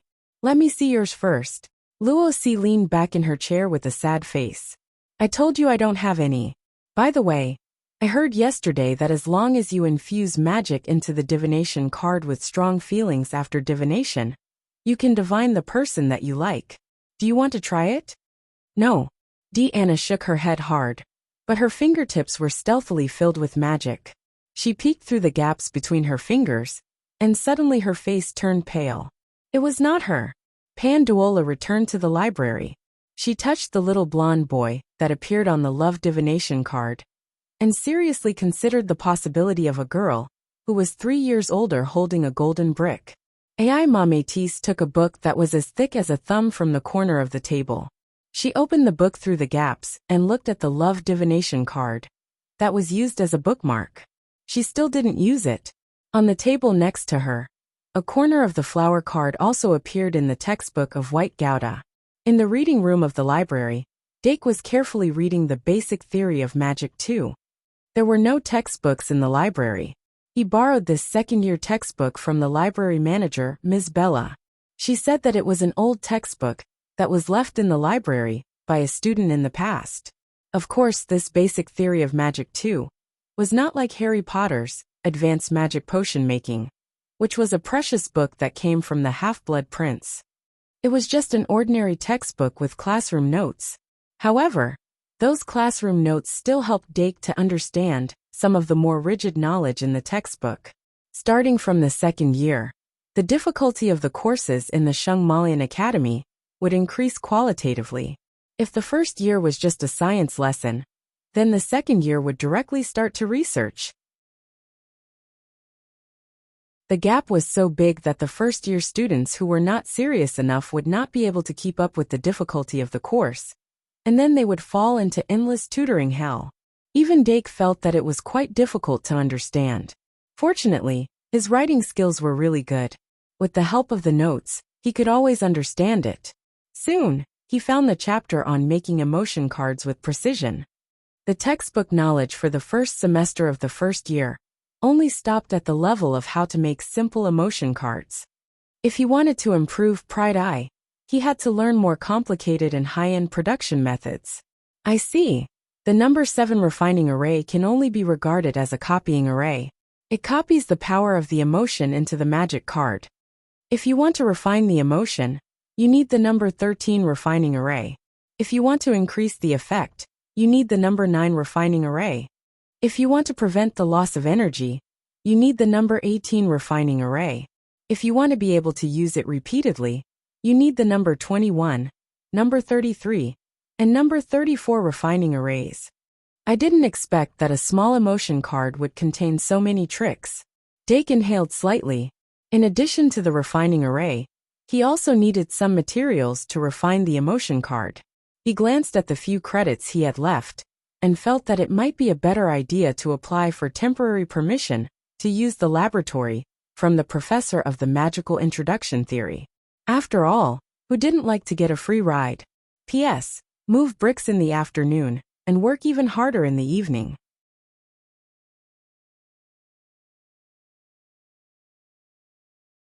Chapter 19. 9:30 in the evening. Dake left the library and sat in the common room for a while. Then he went back to the dormitory, took a bath, and closed his eyes. When he came out, he would drink a cup of milk and sleep. It couldn't be helped. The life of a top student was simple and regular. Before this, Dake never thought that he could develop such a good habit. Sure enough, people grew up step by step under pressure. For the sake of his health, Dake tried to ensure that he slept 8 hours a day. This was also commonly known as early to bed and early to rise. Recently, he often wondered if he would return to his original life, if he successfully removed the demon god's bloodline. The answer was probably not, but it probably wouldn't change too much. Remember the website, MVIP, can't you? 6. There were many factors to develop a habit, but generally, it would be relatively easy to maintain it after it was successfully developed. Dake gradually felt that this kind of life was not bad, but there was some psychological pressure from the shackles. What he wanted to do now was to get rid of this pressure. He got up at 6 o'clock in the morning. Dark came to the common lounge and took a copy of the kingdom's great sage daily. He was about to enjoy the breakfast that the little fiend brought for him while reading the newspaper. But he didn't expect the sound of footsteps to come from the stairs. In the past, he would not meet anyone when he was reading the newspaper at this time. It had gradually become a pleasure for him to enjoy the large common room alone. He didn't expect it to be different today. 2 first-year students walked out of the stairs. They took off their school uniforms and put on new clothes. That's right. They must want to go to Traveler's Street early. After all, it was the first weekend that Traveler's Street was open. Dake expressed his understanding. He didn't look at the 2 students anymore. Instead, he moved his eyes back to the newspaper. He held a spoon and continued to stir the milk with sugar. Morning, Dake.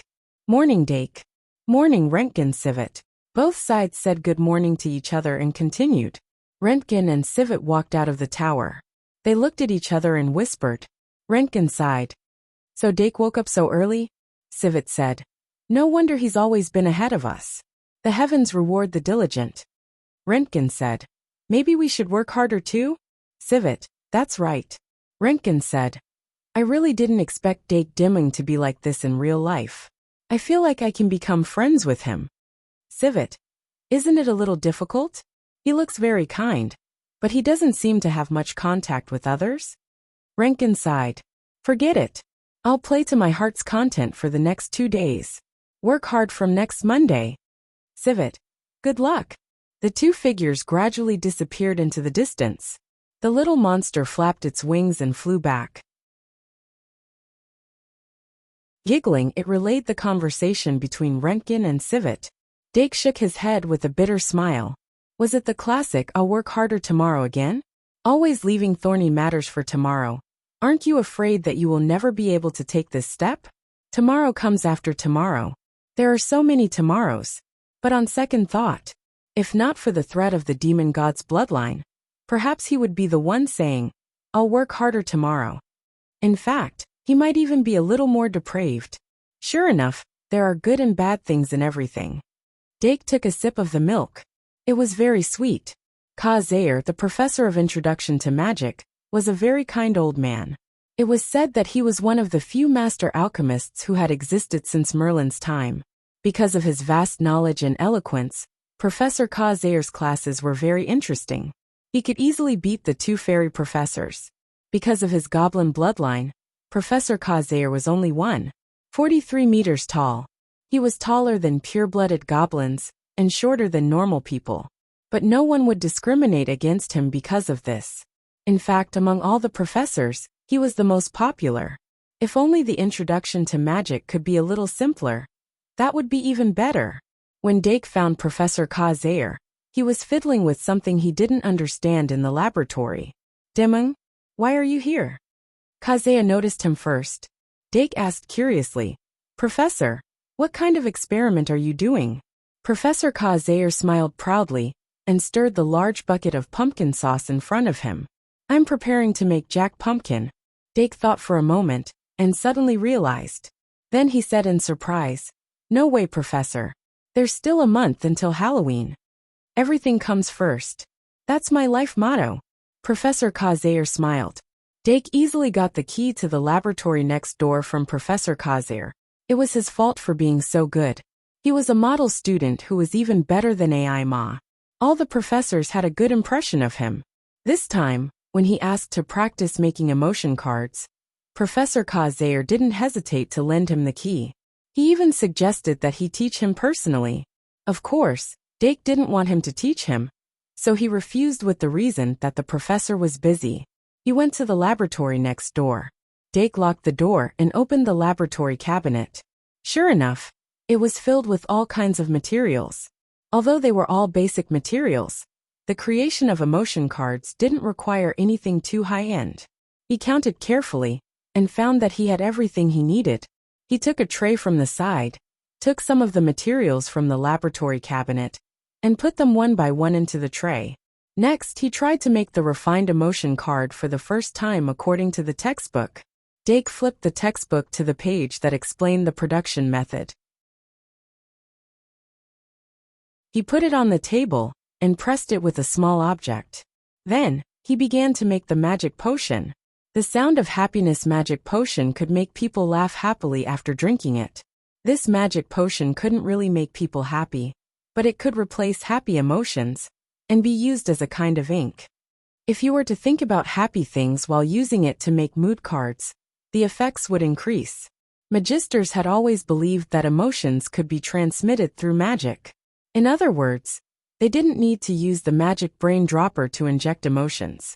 Instead, they just used the sound of happiness magic potion as a substitute and smeared it on a half-finished blank magic card. After refining, they could make emotion cards of happiness magic cards. Originally, the easiest way to make emotion cards was to use the sound of happiness magic potion. Dake just abandoned the magic potion and replaced it with pride.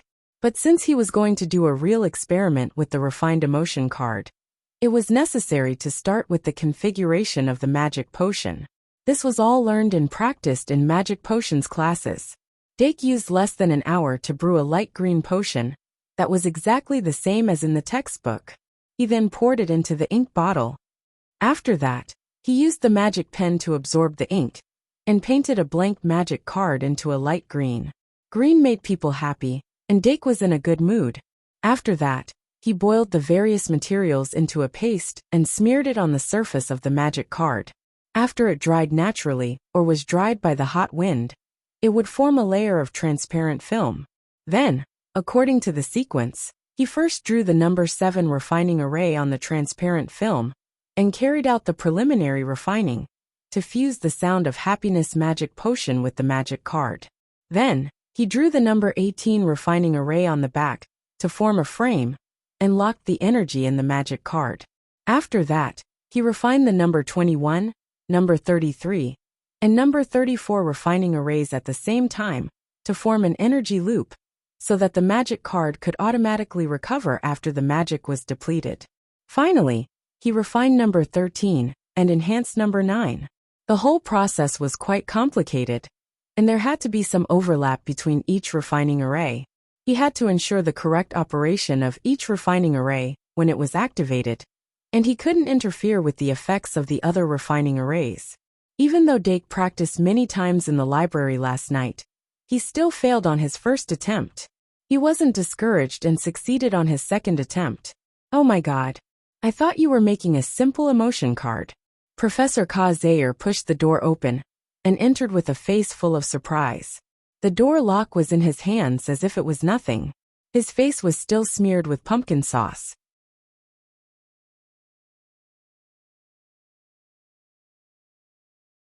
Chapter 20.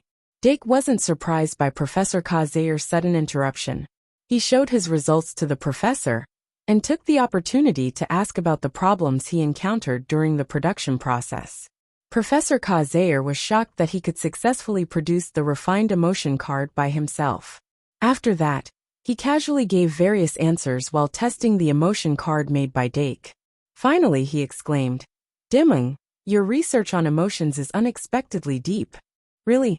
Dake was dumbfounded, because he really didn't know that he had studied emotions. Sometimes it's not good to be too modest.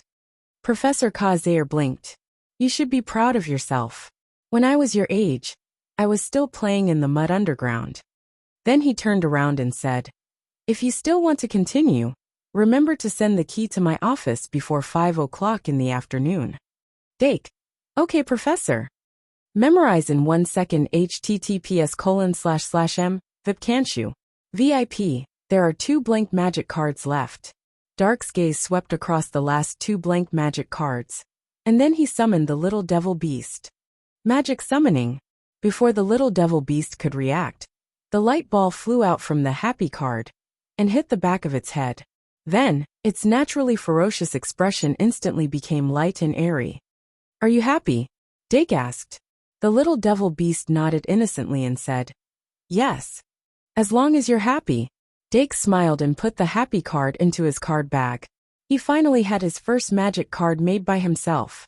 After instructing the little devil beast to guard the door, Dake's expression became serious. The happy card was just a test. Next was the real experiment. He didn't care about the happy sound potion anymore. Instead, he went straight to the second step. He boiled the materials into a paste and put it in advance. This paste acted as a sealing fluid, like a gasket between the screw and the screw hole. With this layer of paste, the emotions sealed inside would not leak out, which could reduce the conflict between the refining array, the materials, and the magic card. It would also not be easy to destroy the nature of the emotions that were poured into it. If it was refined successfully, it could even serve as a protective membrane. Dake sat down on a chair and took out the magic brain dropper. He heated it up with an alcohol lamp to activate it. Then, he used the dragonfly skimming the surface of the water technique again. He pressed the tip of the demon brain against his temple, gently squeezed the demon brain, and then let go. He repeated this many times. He didn't need to control it, because the only thing that was flowing out of his mind was pride.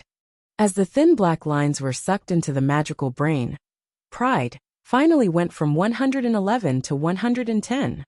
"Ing!" The demonic brain pipette suddenly screamed. Dake immediately stopped pressing and dipped its sharp beak into the water. Once the demon brain dropper came into contact with water, it would naturally calm down. Dake took it out again and shook it dry. The demonic brain dropper stopped screaming. After that, he pressed the sharp beak of the magical brain dropper against a blank magic card and squeezed the magical brain forcefully.